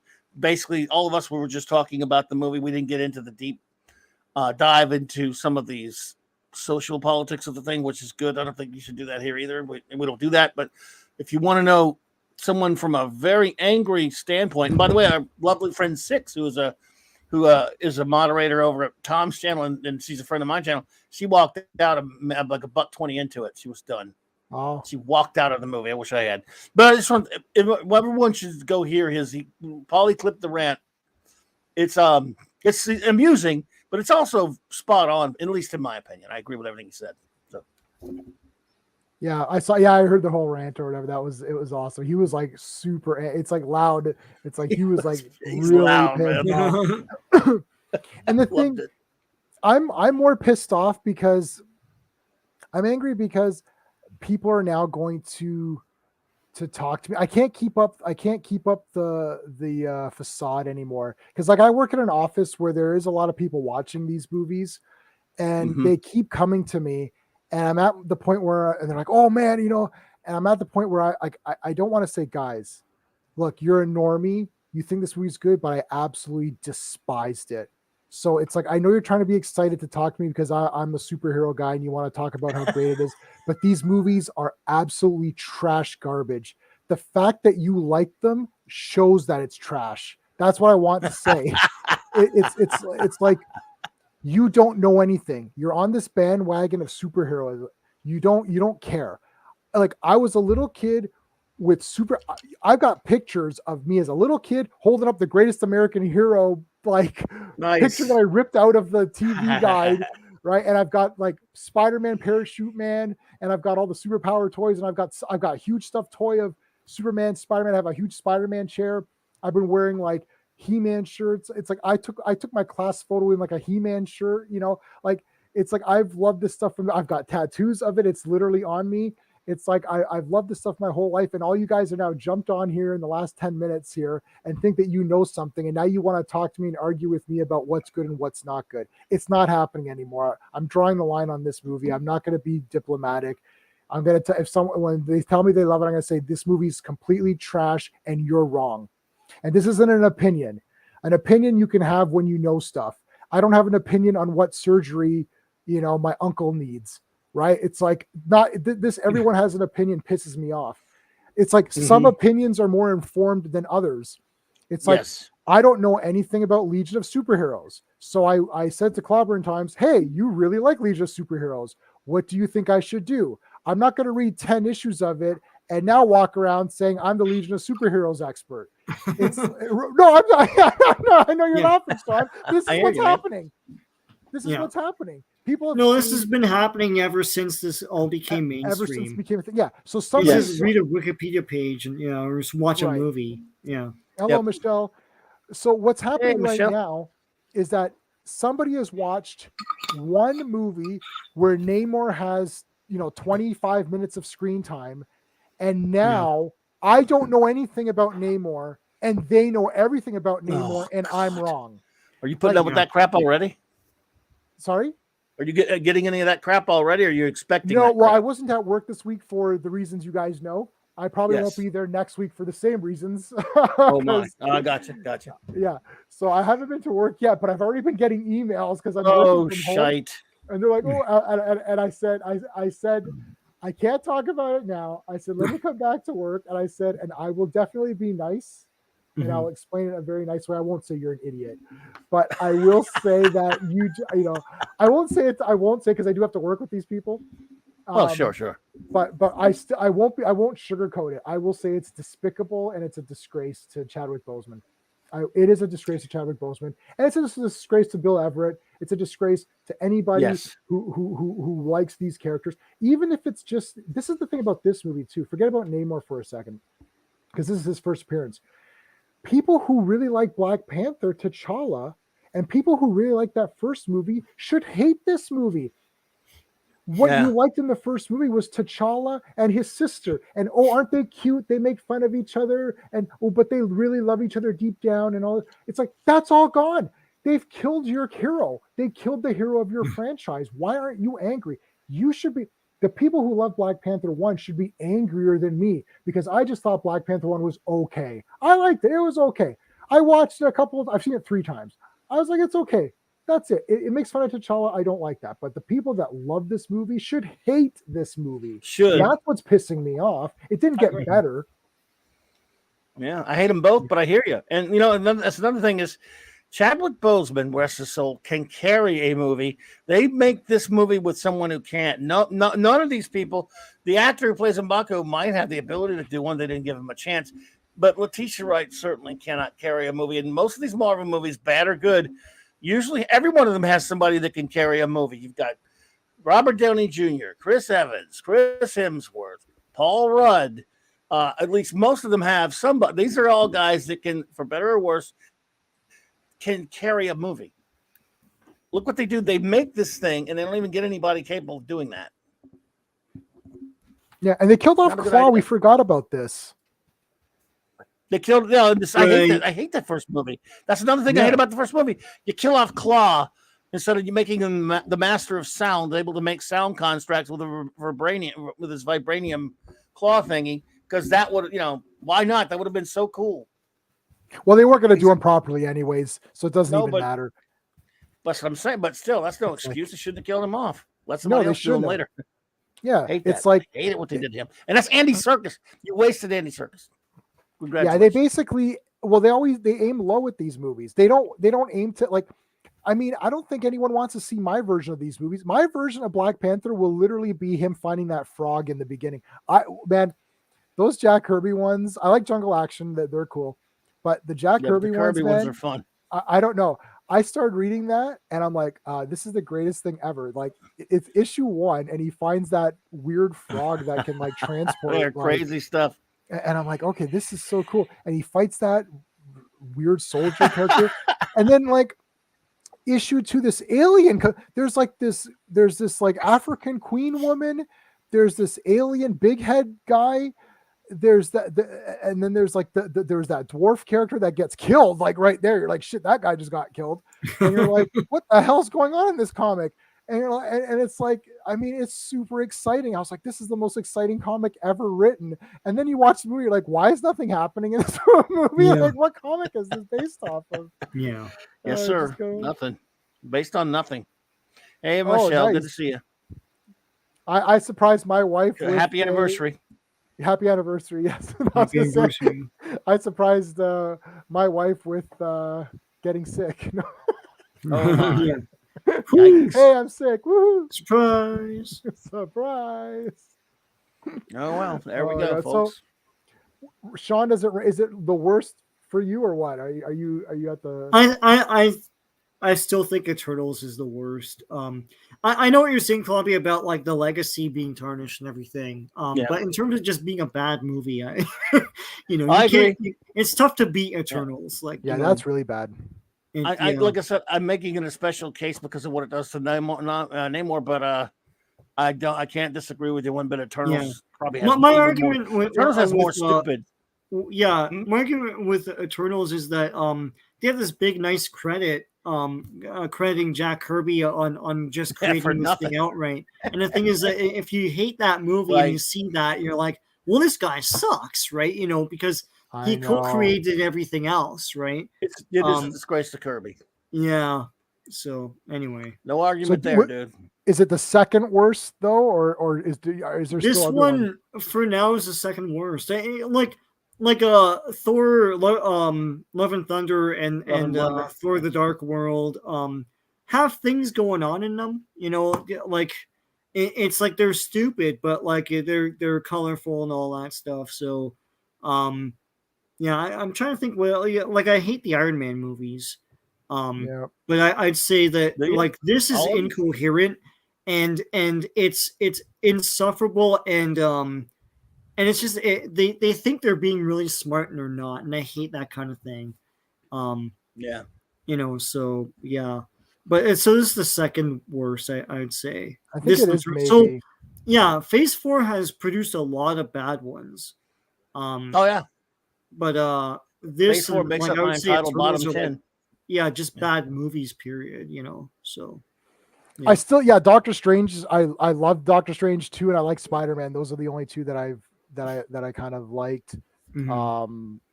I don't know. I think Black Panther's either the second or worse. I think Eternals. I think Black Panther 2 is the worst, but it's not the worst film. So it's like it's the worst for comic book people. But Eternals is so boring. Like my wife's like, I'm done. She couldn't do Eternals. Like she's like, Eternals is also stupid too. It's got as much stupid as boring. Whereas this is boring and insulting to Namor. I'm with you. I'm on the fence, but I decided because of what it does to an 83-year-old legendary character, I'm going to put it at 30. But it's interchangeable with Eternals. I got to say that because it's a tough decision for me. Yeah, there's not too many Marvel movies that I absolutely hated, where it's like there's ones like it's like I don't like Black Widow, you know what I mean? Like I don't like Black Widow. I thought that was shitty. I don't like but like Eternals actually like pissed me. Like I was like, this sucks. Like what happened? Like there's nothing. That's horrible. There's nothing. Horrible good. Movie. Like there's some fighting in Black Panther 2, I guess. Like there's some kind of fight going on, I suppose. Like Eternals are just like, wow. And Eternals actually, because there was because Black Panther, there were actually, I felt that there wasn't enough female characters in Wakanda Forever. They could have had a couple more. Not enough girl power for you. There just wasn't enough for me. I could have felt the power a bit more. Power. I mean, I thought Captain Marvel was outrageous. This is like super on steroids, outrageous girl power. Like it's like I'm like, oh well, Captain Marvel's been dethroned bad. Like it's like Captain Marvel was just like irritating. This is like impossible. It's like 2 hours and 40 minutes. How is this 2 hours and 40 minutes? Nothing. Yeah, the story as it is isn't a 2 hour and 40-minute story. Oh It's my not. god. It's like one nation does something, there's a misunderstanding, so another nation retaliates, there's a misunderstanding, so another thing happens. Like, Yeah. well, this doesn't have to be 2 hours and 40 minutes, right? It's Yeah. yeah. Well, Jack and Chrissy and Thingy solved these problems in half an hour. So I don't know why they couldn't solve it. In half an hour. Exactly. But yeah, no, I think it's probably I think Eternals is probably still my worst, but Black Panther 2 is In case you're wondering, if my bottom 5 is all Phase 4 from 25 down, I think where does Phase 4 start? Like at Black Widow or something? I don't know where these things begin. I've seen every video that you have done with Michael on your ratings, and sometimes I'm not up for it because you guys go pretty long on those, so I'm usually asleep, so I go back and I think you said let's say 25 is Black Widow, 26 is Shang-Chi, 27 is Thor-Love Blunder, 28 is Captain Marvel, 29 is Eternals, and then this garbage we're talking about here. So that's all Phase 4, I guess, crap, right? And the only one that doesn't make it into there is a movie that I don't like that much, but you liked a lot more than me, but I still don't think it's as bad as those, and that was Doctor Strange and the multi-mess of madness. Mm-hmm. Yeah, I like. Oh man, I love multi. I don't know. That's like one of my favorite Marvel movies. I don't know why. I just like because it's like a magician and a witch, and they fight it out. And it's the Sam Raimi sensibilities, man. It's the Sam Raimi sensibilities. That's why I like. I'm one of the few that doesn't hate it. So you got at least somebody who doesn't hate it here. So yeah, and I think a lot of people because I don't lump them in together. I never get tired. Like people are like, oh, I'm tired of this phase, and then they just automatically hate it. I won't automatically hate anything. Yeah, it's like I want it to be good. I wanted this to be good. They're getting me there, though. They're getting me there. I know. I don't either, but they're getting me there. They're trying their best. Quantum Mania is probably going to, I don't know. Maybe it'll be watchable, but I just have no faith. I think everything coming up is going to be bad. I don't really see. And like all the stories about Blade and why that's been delayed, disastrous production is exactly what happened with Wakanda Forever. So if this is successful, then they'll just go ahead with that Blade movie, But Captain Marvel's Phase 3. I'm sorry, I forgot. Sorry, good, Sean. I'm sorry. He's right. I misjudged it. But that Blade movie, supposedly what's supposed to happen is. It's Blade, and Blade's there, and then there's this girl. Like I don't know if it's like just a random girl or like his daughter or something like that. But she becomes the new Blade at the end of the movie or something. And Mahershala Ali was like, "Screw this! This isn't what I signed up for." And the director said the same thing. It's like, "I don't like this script," and so it's been delayed and delayed. Right? You guys should have known you were signing up for the MCU. What do you expect? Yeah. They thought they're going to make a Blade movie. He fights vampires. I don't know why it'll just. I don't know. Yeah. I don't know why they just don't start it out with a chick. Let Blade start out as a chick. Why not, guys? That's what all you care about. Anyway, they made a big deal about casting this guy and making a Blade movie, and then it's off-brand Blade. It's like just have Blade fight Dracula, and that's it. It's like, well, what's the problem? I love. You know how dumb everyone is? Let me explain to you how dumb everyone is, general public. Every time they announce something, you have all these idiots and they spent all this time doing these fan art creations and all this of like these actors. It's like, they're never going to cast. They're like, who should be this character? And then someone comes up with this great casting. It's like, and then they make it look exactly like the comic with the actor's face on it. I'm like, right. Yeah. That's not going to happen. Have you seen all of the MCU movies? Point the one out that is what you're showing me here. And Wonder Man now is going to be changed. Wonder Man's been changed, even though they had Nathan Fillion attached, who actually would have been pretty good. That's actually pretty good. That would have been decent casting. It's kind of getting older, but still anybody. So this is not going to be Wonder Man. I'm going to watch. I'm sick of this shit. Yeah, I'm going to have to get my tattoo of Wonder Man altered. It's a series or no? It's not a movie, right? I think it's a series, isn't it? Yeah. Who knows? But what I'm saying is that these people get so excited. Wonder Man. And then they start coming up with all this cool shit. They don't even know who Wonder Man is. Right. It's like that's not going to be. And then people are like, oh, I can't wait to see this character. Why? So they could be ruined. Like, I can't wait to Yeah. see. That's Like, yeah, I'm there. You're right. Remember when you could say that? Remember as a geek, you used to say stuff like, "Boy, I really would like to see if they didn't do a movie of fill in the blank." Now I'm like, please God, if you're really up there, don't ever let them make a movie of fill in the blank. It's like that like Adam Warlock in Guardians 3 is gonna God, it's suck. gonna be so bad. It's gonna be awful. Even if the movie's okay, but I doubt it because I don't trust Gunn that much either, to be honest. But it might be all right. But I don't know. You're right. Well, I didn't like Nice. they revealed High Evolutionary at the San Diego. oh, I Comic-Con, love High Evolutionary. and the thing, he He'll looked suck. terrible, So I was like, what the hell? Why did they have him come out in the costume? He looks awful. Oh my I don't really gosh. like what they did to Ego, to be honest with you. I love Kurt Russell and everything, but Ego was Yeah, that was weird too. yeah, they don't give a shit. And neither does I Gunn, love but High Evolutionary, and I guarantee you he's gonna suck. He's gonna it's suck. gonna be awful. Like, oh my god. Maybe she's gonna suck. Maybe it'll be a she. Yeah, well, they showed the guy, and it looks No, weird. it's a dude, but like okay. he didn't have a mask or So nothing. far. So, yeah. And it wasn't even a proper color either. So And it wasn't even Kang is red. garbage too. it wasn't red. It was Kang like is garbage. purple, dark purple thing. It looked like generic, basically. Right. It's harder to tattoo Kang that. is garbage now. Yeah. Phantom, if you get a tattoo, and these are all small, you gotta be very careful of what you pick. That's why I don't have a Namor tattoo because it's not gonna look good. Oh yeah. I Oh got yeah. my No, yeah. Cyclops, You gotta have and I got color. my- Yeah, I little got my Cyclops there. Sentinel. Oh, nice, dude. Right. Yeah. Yeah. That was 8 hours. Jesus, mother of Yeah. you do that to yourself. And Just wear a shirt. know- Just wear a you know- t-shirt, dude.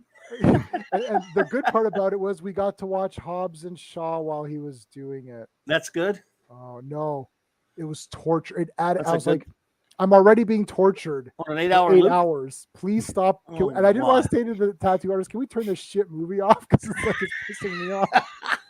Don't. I'm just don't- glad it's a movie that you will call shit because I wonder sometimes if you will. The thing is, I'm messing Bobby, with I want to like everything. That's the thing. Oh, not me. I have fun beating up. I'm kidding. I'm kidding. I love. Well, being- I would rather like stuff. I'm just joking about that. People just assume that about me, so I'm kidding. All right, so here, okay, so Highlander 2 or Black Panther 2? Oh, We'll come see here. on. No way. Highlander 2, because I was not the biggest fan of the first movie. I kind of liked it. The movie it was such a horrible movie in the theater to have to sit through almost, I wanted to walk out. It's a worse movie, but it doesn't do anything to me personally. I walk out and I get to make fun of it and goof on it, and it's stupid and it's terrible. But whereas this one actually, hurts because of a lot of things. What they do to T'Challa, what they do to Namor. Yeah. All right, Wear and tear on an automobile. Yeah. Yeah, no, Black Panther 2. Right. See, there's movies that are bad that I think are fun, and I just enjoy them. Yeah. Because of just like the sometimes just like they're just trying to be crazy. Like, what? Let's make something crazy. Like we're doing our space reviews, our space opera stuff, and Yeah, it's I'm loving like, those shows. Yeah. Oh, thank you. Yeah, and those are fun. Like your which I love, but it's like your wasn't trying to make any statements. It's like they're trying to make a fun, silly movie. If you like it, you like the it. 80s. They were trying to get you to watch a movie. That's all it was about. Right. Yeah. Not this is like a statement movie, but it's poorly made.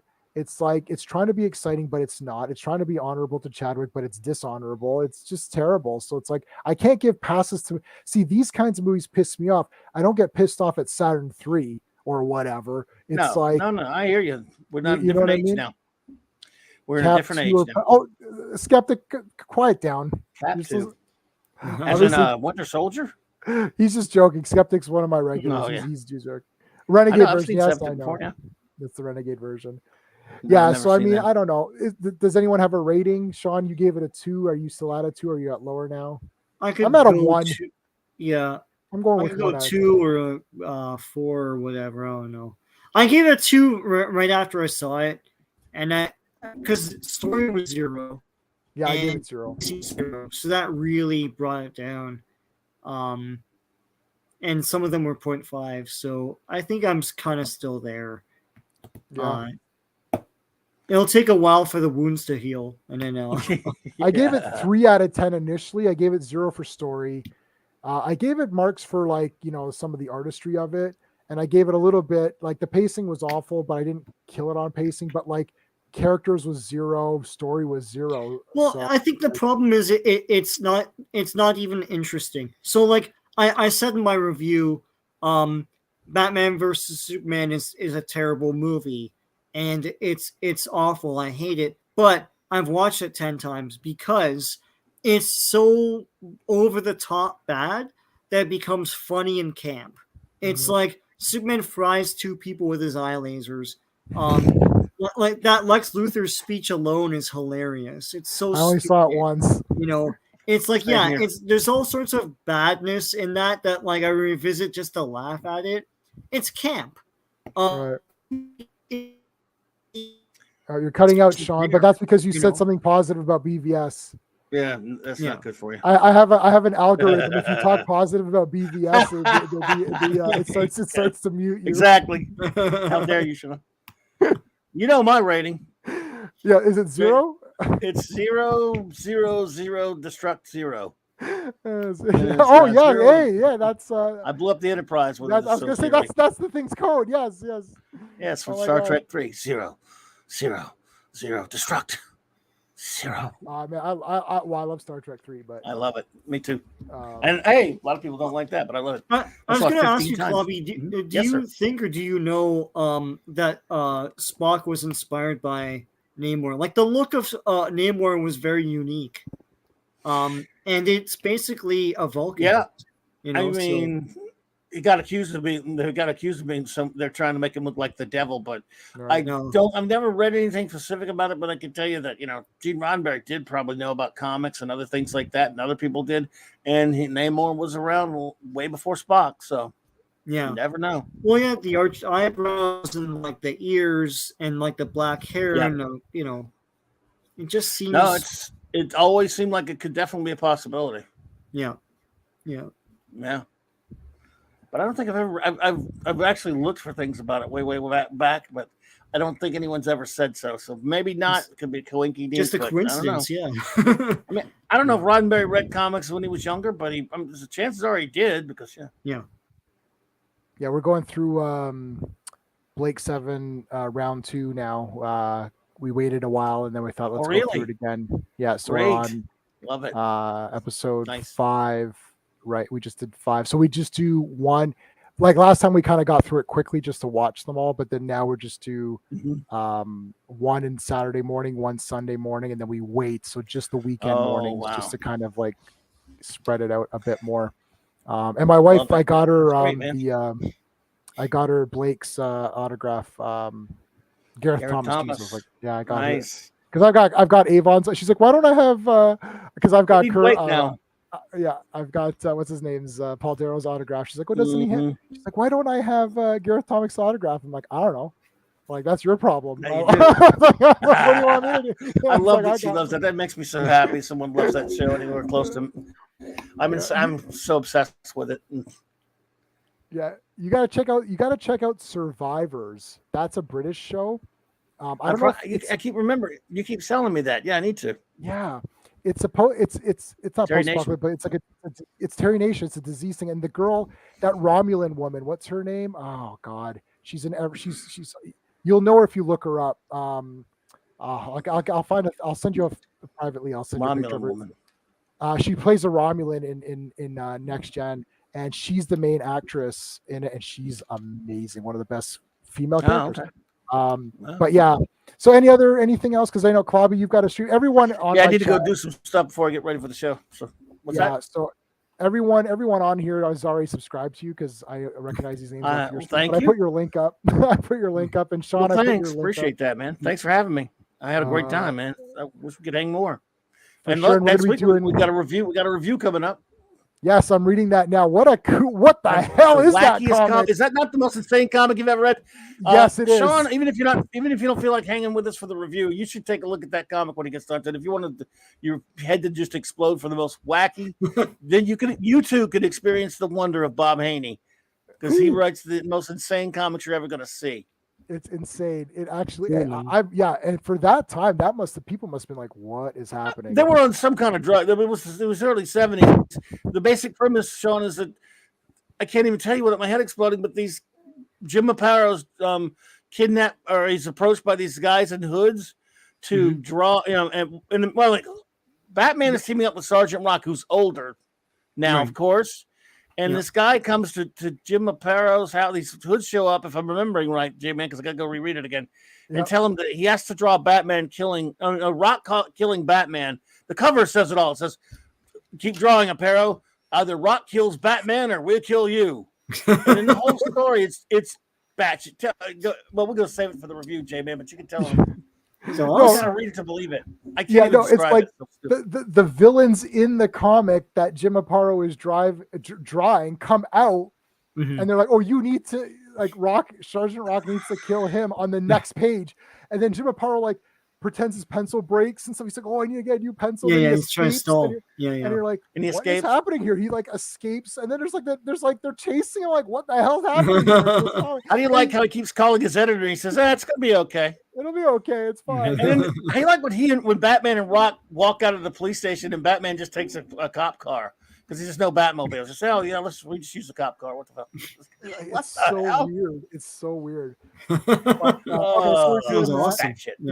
Yeah. Okay, so Clubby, you got to go right. Sean, did you want to stay on go for get ready. a few minutes, or Sure.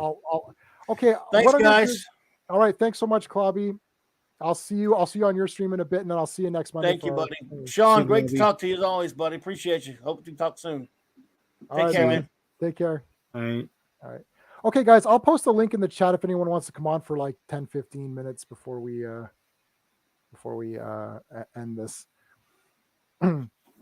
So, oh my gosh. Well, it's crazy that this is the worst Marvel movie, or at least in the top worst. We almost need to do a versus on like what's the worst, but like it's like we're gonna rank the story and which one is better, and that guy loses.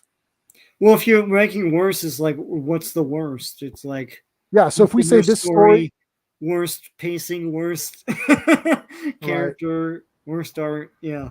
yeah. Hey, skeptic. Hey, did you guys walk out of the theater? No. No. I We walked didn't out see it. at No, the we end, didn't. but yeah. We didn't You see it tortured together. yourselves. Yeah. We didn't see it together. I couldn't make it. So Sean went on his own. Yeah, I went solo. Yeah, your rock twisted, blown away, or whatever. I still can't believe there was somebody snoring behind me, and he was tapping his feet half the time too. It's fucking annoying. Oh, I hate that. I always take the back row so that people don't, Oh shit, that's a good idea. But then I feel like I'm too far away from the screen. I don't know. Yeah, no. Well, if you go to IMAX, depending on when it, like where you're sitting in IMAX, like that is a good spot because you get to see the full thing. I literally take the back corner, so that way, if I'm in the back corner, there's nobody who's gonna be like irritating. Because usually Sean and Steve are on the side. Yeah. And then in front of us, so it's like the worst thing is that one of the three of us will have one person only. Like that's the least, you know what I mean? Like the least interaction you could possibly have. Because I will fight people. So like I will yell at people and fight them. Yeah. That's good. I gotta say the Cineplex cups are fucking lacking. They're like getting cheaper and cheaper. Oh yeah. I always get the special, little themed cups, and I got the Wakanda Forever one, and it was fucking cheap as shit. It didn't even have the figure on top. It had like a little medallion thing you put like on a piece of glue. Yeah. Like what? There's no topper anymore. No. Yeah. They don't do the toppers? No, like the little figure and stuff. No. I've got gotten the nearly figure. every single one since Thor. I fucking love those things. Yeah, I've got a lot of the toppers. I was gonna say I usually have a topper in front of me today, but today I have a small Godzilla here. Godzilla. Yeah. Yes. Talking about Blue Oyster Cult song. Yeah. That's awesome. Yeah, and I've got my two. Close your eyes, Sean. I got my two. No, God. Vision and Scarlet Witch. Oh no. Sean doesn't like Funko Pops. The creator of Funko Pops I hate stole him too. Sean's car once. So He's never forgiven him for that. I hate Funkos too, Sean. It's all right. I also I got think they're this today. I don't know gross. if anyone cares about Dragonlance, but That's cool. I don't This is know, the but first the Dungeons and Dragonlance Dragons book. movie looks good. Hopefully, it's good. yeah, but it's too silly.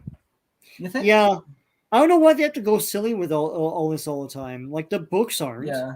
You know, No, yeah, I just get that. base it on one of the books. You know. yeah. I think it's based off of players. based off. Yeah, of, they're too meta with it. You know. Yeah. yeah, I guess so. Well, like some of this stuff is like I run D&D and most of my adventures are pretty serious. Sean's character just got killed on Monday because he didn't show up. How Now long is he your said game he. going? Sorry. How long has your game been going? No, this one's brand new. He was only level 2. Oh, okay. But I ordered That's Sean. good. I don't know if you care. I ordered Dragonlance, the next Dragonlance adventure, so I might That's start cool. that up Yeah. after. Yeah. And that's like a pretty cool setting. It's a bit different. Yeah. And I started reading the Dragonlance comic, which is kind of neat. The DC So- one, yeah. DC, yeah, the Mhm. DC Yeah. one. But yeah, so what did you like Black Panther 2 or what? Is it the worst Marvel movie for you or? Worst? I mean, I didn't see Eternals, so I can't count that. That's really Um, boring. Wow. Yeah, my dad keeps saying, "Oh, it's so good. You need to see it." I'm like, "No, So now you know it's boring, right? no, I know Eternals is boring, but Wakanda Forever, my God, that felt like 4 hours when it was like 2.5. It was almost 3 hours. It was Yeah. like I think it was 2 hours 2:41 and and 42 7 minutes. That's Yeah, it was 2 ridiculous. hours, 2 hours 41 minutes and 7 seconds. I know that because someone said that 7 seconds better be good. Yeah, yeah. Honestly, It all came down to that I- 7 seconds. does this director talk to Zack Snyder? Like, I understand. Oh, I Is it- forgot to ask Clobby. Okay, so Sean, how about this? How about BVS versus? Well, I guess you like BVS more than Black Panther 2, right? Yeah, more shit happens in it. I Yeah. don't know. What about you? Yeah, I would say yes. Like I would say that the Zack Snyder movies are not as bad as Eternals and Black Panther 2. Because the thing is like every movie, all those movies ruin the characters, but there's still fights. Like at least there's fights and like something Yeah. cool. I would say in terms of ruining characters, like those movies were super. Well, we're gonna get the Snyder boss Yeah. now, but those movies committed a more egregious crime because those are big characters, and they even Batman looked bad, but like Superman is the superhero, and I think those movies tarnished like the brand, you know. Yeah. It's like it's not as popular as it really should be, a Superman brand, because of Yeah. those movies. So I don't know. Yeah, but like as a movie to watch, there's like nothing of Yeah. value in Yeah. Eternals, right? It's still obviously like BVS is still a miserable sit, but there's like stupid shit that you can watch. I gotta rewatch that. I have the extended version on 4K or whatever. still I should miserable. watch that. Yeah. I like it. Yeah, I need to It rewatch. pisses me off. It really Yeah, yeah. pisses me off, but I enjoy it. I don't know. At least I can watch it while drunk or something. But now that the lines are not, it's not as clear anymore. It was like, oh yeah, Marvel's way better. Now it's like, No. I don't know.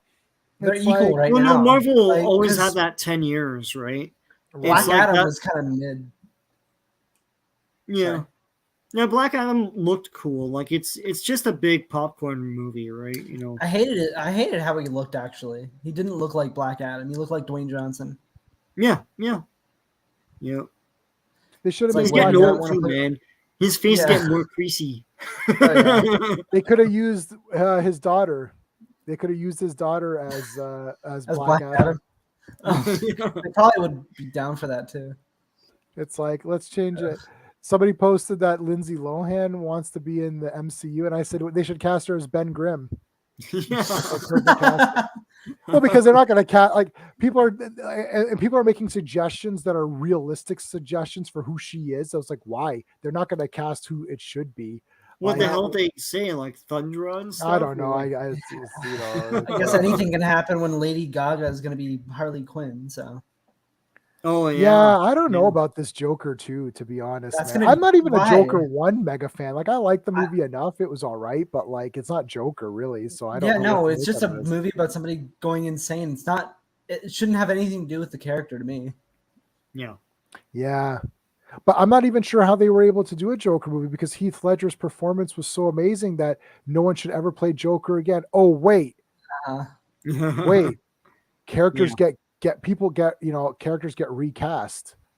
Yeah. It's like, I mean, it's so dumb. Everybody know they're like, are we seriously never gonna have Joker again in a movie? No, of course not. Of course we're recasting. But Yeah. people will be upset. Too bad. Yeah. If they ever make like a Jedi Knight Academy like type show, I swear people are gonna go Yeah. insane over like a Luke Skywalker recasting. But I would be fine with it. I'm sure they'd find somebody good. They had hopefully. Sebastian Stan, who looked Yeah, oh pretty yeah, good. he looks great.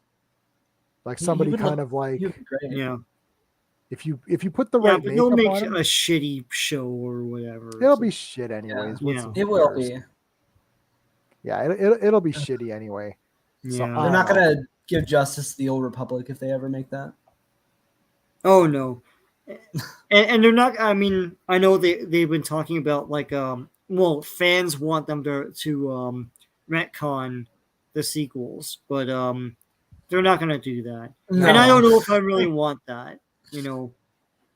I would. Look, I'm okay with like just try again. I just like they do this with again. Do you have these people watched any other films? Like No, I don't like, know, man. Godzilla, because we're watching again. Hey, Skeptic, we're getting close. I've got my wife has 2 more left. Godzilla's Revenge and Son of Godzilla. I left the 2 worst for last. I'm excited. So those 2. But Godzilla has reinvented itself. Sometimes it reinvents itself right in the next movie. It's like that Millennium series is a disaster of continuity, but I love them. But they're disastrous in continuity. But it's like, right. And then it's like, okay, now it's Shin Godzilla. Okay, perfect. Now he's a whole different thing. And, it's like, and they just keep reinventing it. It's like, they don't just say, well, that's the end of it. We're not doing it anymore. It's like, figure it out, guys. Like every franchise is able to figure shit out. I don't understand why you can't do this. They should just recast. Like, why wouldn't they just recast everybody? I would have even killed Iron Man. I would have just recast Iron Man. Yeah. If Robert Downey Jr. is like, I don't want to do it anymore, I'm like, okay. So we'll get someone else. Bye. Like, fuck you. Yeah, adios. Manila, yeah. Do you even love Robert Downey Jr. at all as like Iron Man? I don't care about Iron Man. He looks. I know cool. you don't. I know you don't like this character that much, but like Robert Downey Jr. as him. Yeah, he's okay. The first, I don't. I'm not a big like. I'm not the first Iron Man movie is the best ever. I'm like, yeah, it's like okay. Pepper Potts does save the day at the end, which is a Steve thing that I forgot about. I hate when that happens, and I didn't realize that was an Iron Man 1. Like she helped save the day, and I hate that crap. So I don't know. Every single movie. Oh, I think my favorite Machine, Marvel, the second one, Pepper Potts in the third. Pepper Potts in the third. Yeah, I think my favorite is Captain America: The First Avenger. That's probably my favorite as well. I love that movie. It's so pure-hearted. Yeah, the third act kind of feels a little weak, but besides that, it's great. Yeah, maybe. I like Avengers 1. I like Infinity War. I like Avengers 2 even. I don't get people's deal with Age of Ultron. Yeah, I like like Guardians 1. I actually like Multiverse of Madness a lot. That's in my top 5, 6 or so. Do you count? I guess if you count the Spider-Mans, I like No Way Home or whatever. That was kind of neat. That was all right. I just don't like Tom Holland. Yeah, I guess those are my favorites. I never really ranked them. Yeah, I'd have to really think about it, maybe. But I like Guardians Part 1. That was pretty good. Okay, I'll make a tier list with my buddy right now. Hey, how's it going, man? Hey. What's your profile pic? That looks like it's Mortal Kombat. Yeah, what's up? Oh, yeah, definitely Mortal Kombat. Mortal Kombat. I remember from last time. It looked like a Black Vision. A Black Vision. Nah, No. it's Garrus. So, Garrus, did you like Black Panther 2? Sorry. I did not see it yet. Oh. Well, we all hated it. Did you watch us beat it up for 90 minutes or 2 hours? Wow, it's been 2 hours and 20 minutes of us beating it up. I thought it was only going to be an No, hour. See, what happened was. Sorry, I had to mute my TV. See, what had happened was I saw you guys talking about it, and I could kind of tell that you wasn't really interested in it. So I kind of left and came back. I noticed you guys were still talking about movies, and then I figured like, okay, maybe now is my time to come in because it looked like they're off the subject of Black Panther now because I didn't watch it. So, wait, where's Steven at? Is he like busy? Steven didn't want to see the movie. Oh, okay. Yeah, I know Steven. Okay, look. Is he a big Black Panther guy? Steven only reads the comics that I tell him to read. On his own, Steven likes Hulk and Spider-Man, and he went back to Spider-Man #1 and has read he's up to like 300 now. And same with Hulk. He's gone back and he's like, I'm going to do the history. I'm going to do my homework. And he's like, I'm going to read all of it. And even I have never done that because I never really started with Spider-Man #1, obviously. that is a lot. It's a lot, but that's his undertaking. For me, I read so many random things. I can never do something like that. So I like everything, and Sean likes everything as well. So we go no matter what. Steve did not go to Eternals. What else did he skipped a few things here and there. So he's not going to go. And if I tell him it sucks, he won't do it because Steve actually likes sports and stuff too. Like he watches like basketball. He's like, I'm watching basketball tonight. I'm like, oh, okay. Because I don't know anything about sports. The only sport I watch is sumo, which is the tournament starts tomorrow. I'm very excited. This month's tournament. Anyway, so that's the only sport I watch. But Steve watches baseball and basketball. He might watch hockey as well. So no, he's more baseball and basketball. He stopped hockey, right? Yeah. So he's a basketball guy. So if the game's on or something, then like forget it. So that's why he's more like. So he's not like as nerdy. he's a bit more cooler than us. Yeah. I'm glad. I already found a tier list with Wakanda Forever. I'm totally gonna do my buddy. Oh, it's I'm gonna have Wakanda Forever at like the worst tier. So Josh, you saw it, right? Yeah, I saw it. I was doing my review at like 5 o'clock. Fucking tore that movie to shreds. It was I watched your live stream, bro. It's fucking terrible. It was a terrible movie. God dang. It's like freaking 2 hours and 40 minutes. Like legit, bro. It's like wait, hold on. That's when I need to know if my mic's working. Give me a second. Yeah, I can hear. We can hear you. Oh, okay, cool. The Galaxy Holiday Specials on this tier list. It's not even out yet. That's probably gonna be shit. Yeah, I just felt that it was like Chadwick Boseman would have wanted this character to continue. It's the first black superhero. The first black superhero is dead in MCU. I can't believe it. This is a disgrace. People are pretending it's great. It's like you've killed the first black superhero. Yay! Yeah, exactly. Black Panther's the first black superhero. Am I that dumb? Well, I mean, in MCU. No. Well, no, because Falcon, but yeah. Yeah. I forgot about Falcon. No, War Machine. I think Falcon predates. No. Black Panther. Falcon's the first. No, come on, man. No, you go check it. Check it. Well, Black Panther is the first black superhero. There's a comic. I don't think so because I. Hold on. There was a comic that was published. It's one comic only. It's called. It was done by all black writers, black creators.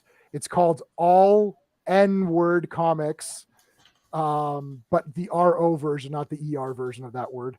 So I don't know. Oh, I looked that up. You talking about Egro? Like that's what it says. Like yeah, it's called All N Comics, and there's a hero in there called Lion Man or something like that. Yeah, and then are you talking about Black Tiger or wait? Not Black Tiger. Oh, go ahead. No, this is way old, guys. This is like old. Let me look. Yeah, so 66 is Black Black Panther's Panther's, 66 and Falcon's what, 67 or 68? 69. 69. Wow. Yeah. Okay, so there you go. Jesus. And Luke But Cage. they did all this first before DC. Yeah, so let me explain. No, hold on. Let me explain something. So after that all N-word comic, one publication, that was Line Man, that never went anywhere.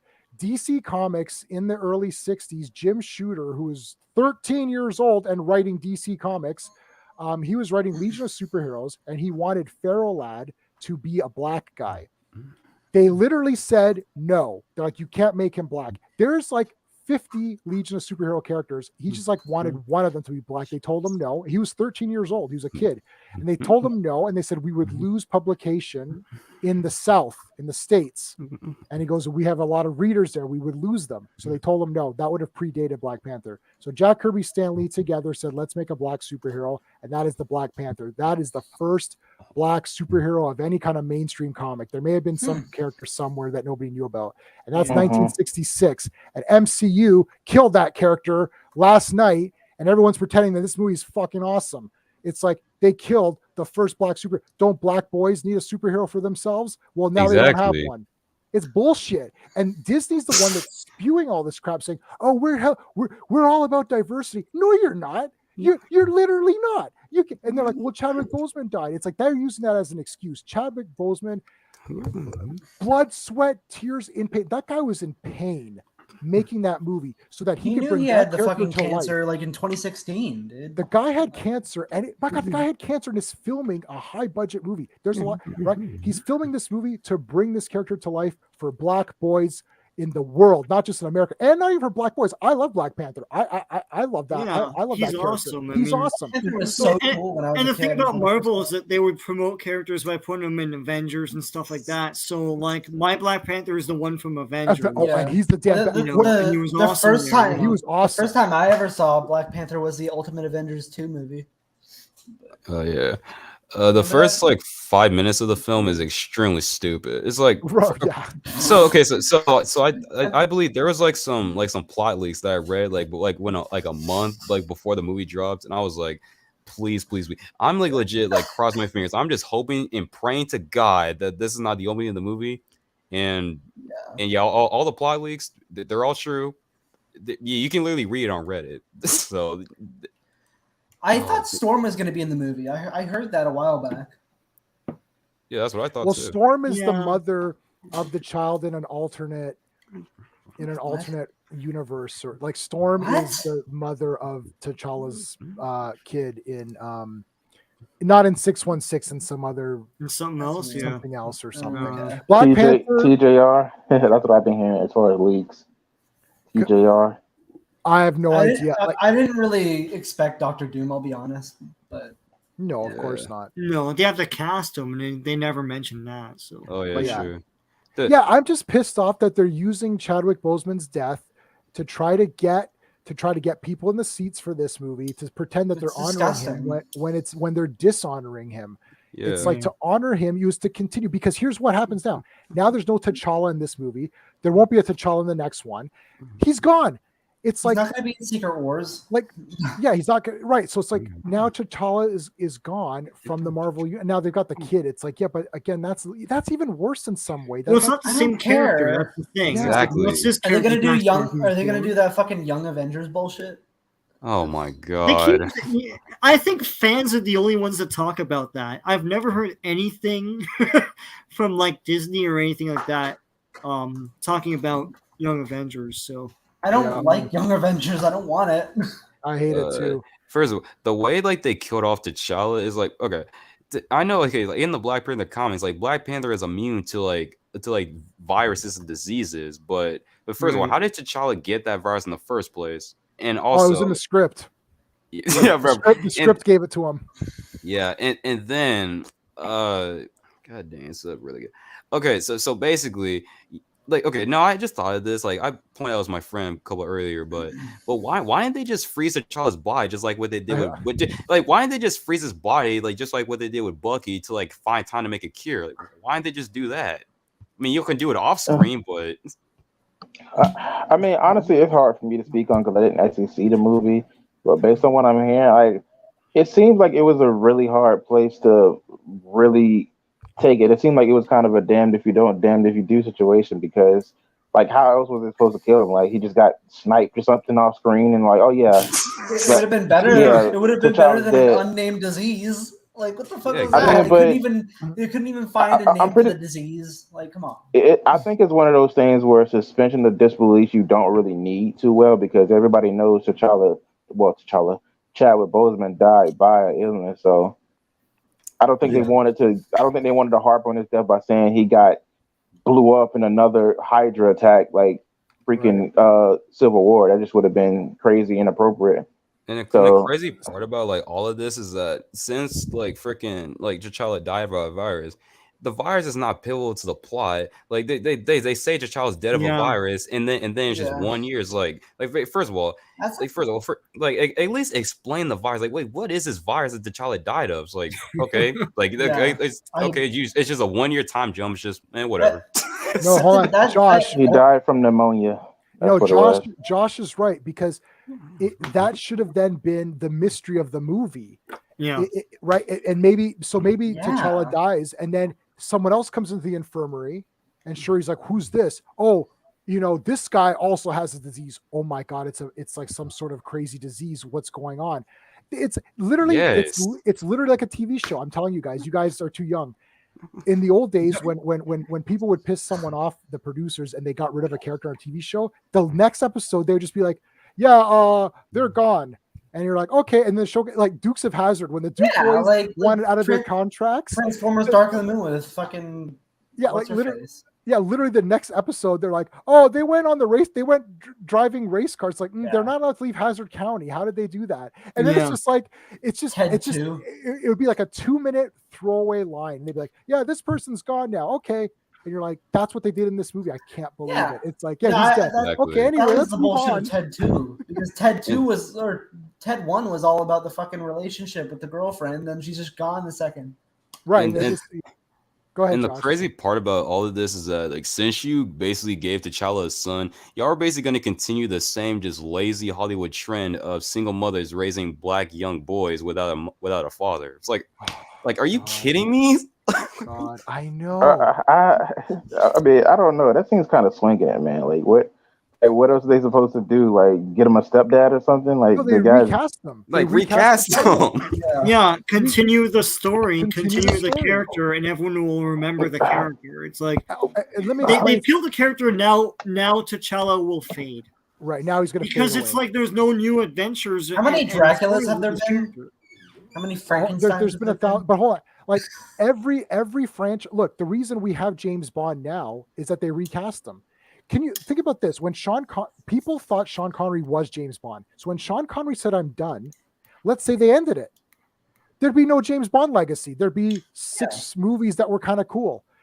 The fact that James Bond has a household name has continued for generations where dads and sons go to see these movies is that they recast the character and that keeps the character alive. And then you go back and you rewatch the old James Bond where he's like, wow, that Sean Connery guy was pretty cool. I also like Roger Moore. And that's how you build a legacy for a character that survives. Chadwick Boseman will now be the first of nobody. He's the first to play Black Panther, and then now it's just dead forever. So there's never going to be more T'Challa. It destroys and the character needs to live on so that people can be inspired by that character. It's more important. And Chadwick Boseman knew that, man. This is why he did the movie. When he got cancer, he could have said, you know what, guys, I'm bowing out of this movie. I can't do this. But he's like, no, this movie must continue. I must complete this movie no matter what, so that people have a character like Black Panther to be inspired by and to sell toys and comics and t-shirts and get tattoos and whatever. And now they killed him. And they're like, well, you know, what are you going to do? What do you want us to do? Recast him? Right. Just like you recasted the Joker after Heath Ledger died and won an Oscar. It's like, there's not going to be any more. There's got to be more Joker. You can't not cast Joker anymore. They recast people. This is what they do in everything. They do this in if someone dies on a play. There's people who have died before they've gone on stage and they use the understudy. They don't just cancel the show and say sorry, too bad. It's like it's sad that he died. That's something that annoyed me with Star Wars Episode 9 was like it just felt so awkward. Why couldn't they just? I don't know. They could have recasted Leia. It would have been. Those stories are trash. Okay, I'll let everybody have one more word, and then I've got to go. Garrus, what do you think? I mean, like I said, it seems like it's kind of hard to please, the big crowd, because like that's all I've been hearing up to the lead of this movie. It's like the recasting option, and because we didn't get a recast option, it's like I guess it somewhat tainted the movie before we even went into it. So it's it's hard to go ahead. Honestly, okay. First of all, there is no possible way that the script writers pitched this script to Ryan Coogler and he thought this was a good idea. There's no way. It's terrible. There is no script. It's nothingness. They want to kill Riri, and the other guys don't want her to get killed. It's like that's the whole plot. That's what Chadwick Boseman died for, so that we. Well, can they got that chick from Seinfeld from a show about nothing. Yeah, it drives it for a bit, and then that whole thing goes away because they don't care about it anymore, and they move on to some other. It's very aimless. This movie, It is aimless. Like after a while, you have to think, okay, wait, how the hell did we get to this point? I don't. Yeah. It's like Namor wanted to kill Riri, but now it's not really about that anymore. It's like, oh my god, aren't you excited for the Namor movie? No, Jesus, no. Okay, Josh, last words. Oh my bad. The one moment in the film where Riri and Queen Ramona are being drowned. First of all, this really irritated me. It's like, so you're seriously gonna tell me that Riri is drowning, about to die, but somehow Riri Williams gets revived, but Queen Ramona dies? If this movie was the movie was well written, both those characters should have died right there, bro. Right. Come on. Yeah. They both lived because they both made it. I just had the idea that she was coming up, and yeah. Yeah. Well, I had the idea that the mother is just old, so she's more frail. They needed some sort of motivation for Shuri. That's all it is. I know that's what it is. Now she's out for revenge, because in the last act. But Namor ends up looking like a dick. Like he's not even like a villain you can root for or anything. It's just he's not a cool villain.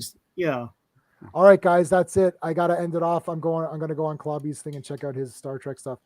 Thank you so much, everybody, for coming on. This is a lot of fun. We'll be back, I think, next week with more of the Versus movie stuff. So we'll get going to that. All right, guys. Thank you so much, everybody. Take care. See you, John. Thank you. See you. Hey friends, you've just been listening to J-Man, and he is the smartest person who ever lived. So make sure you like and subscribe.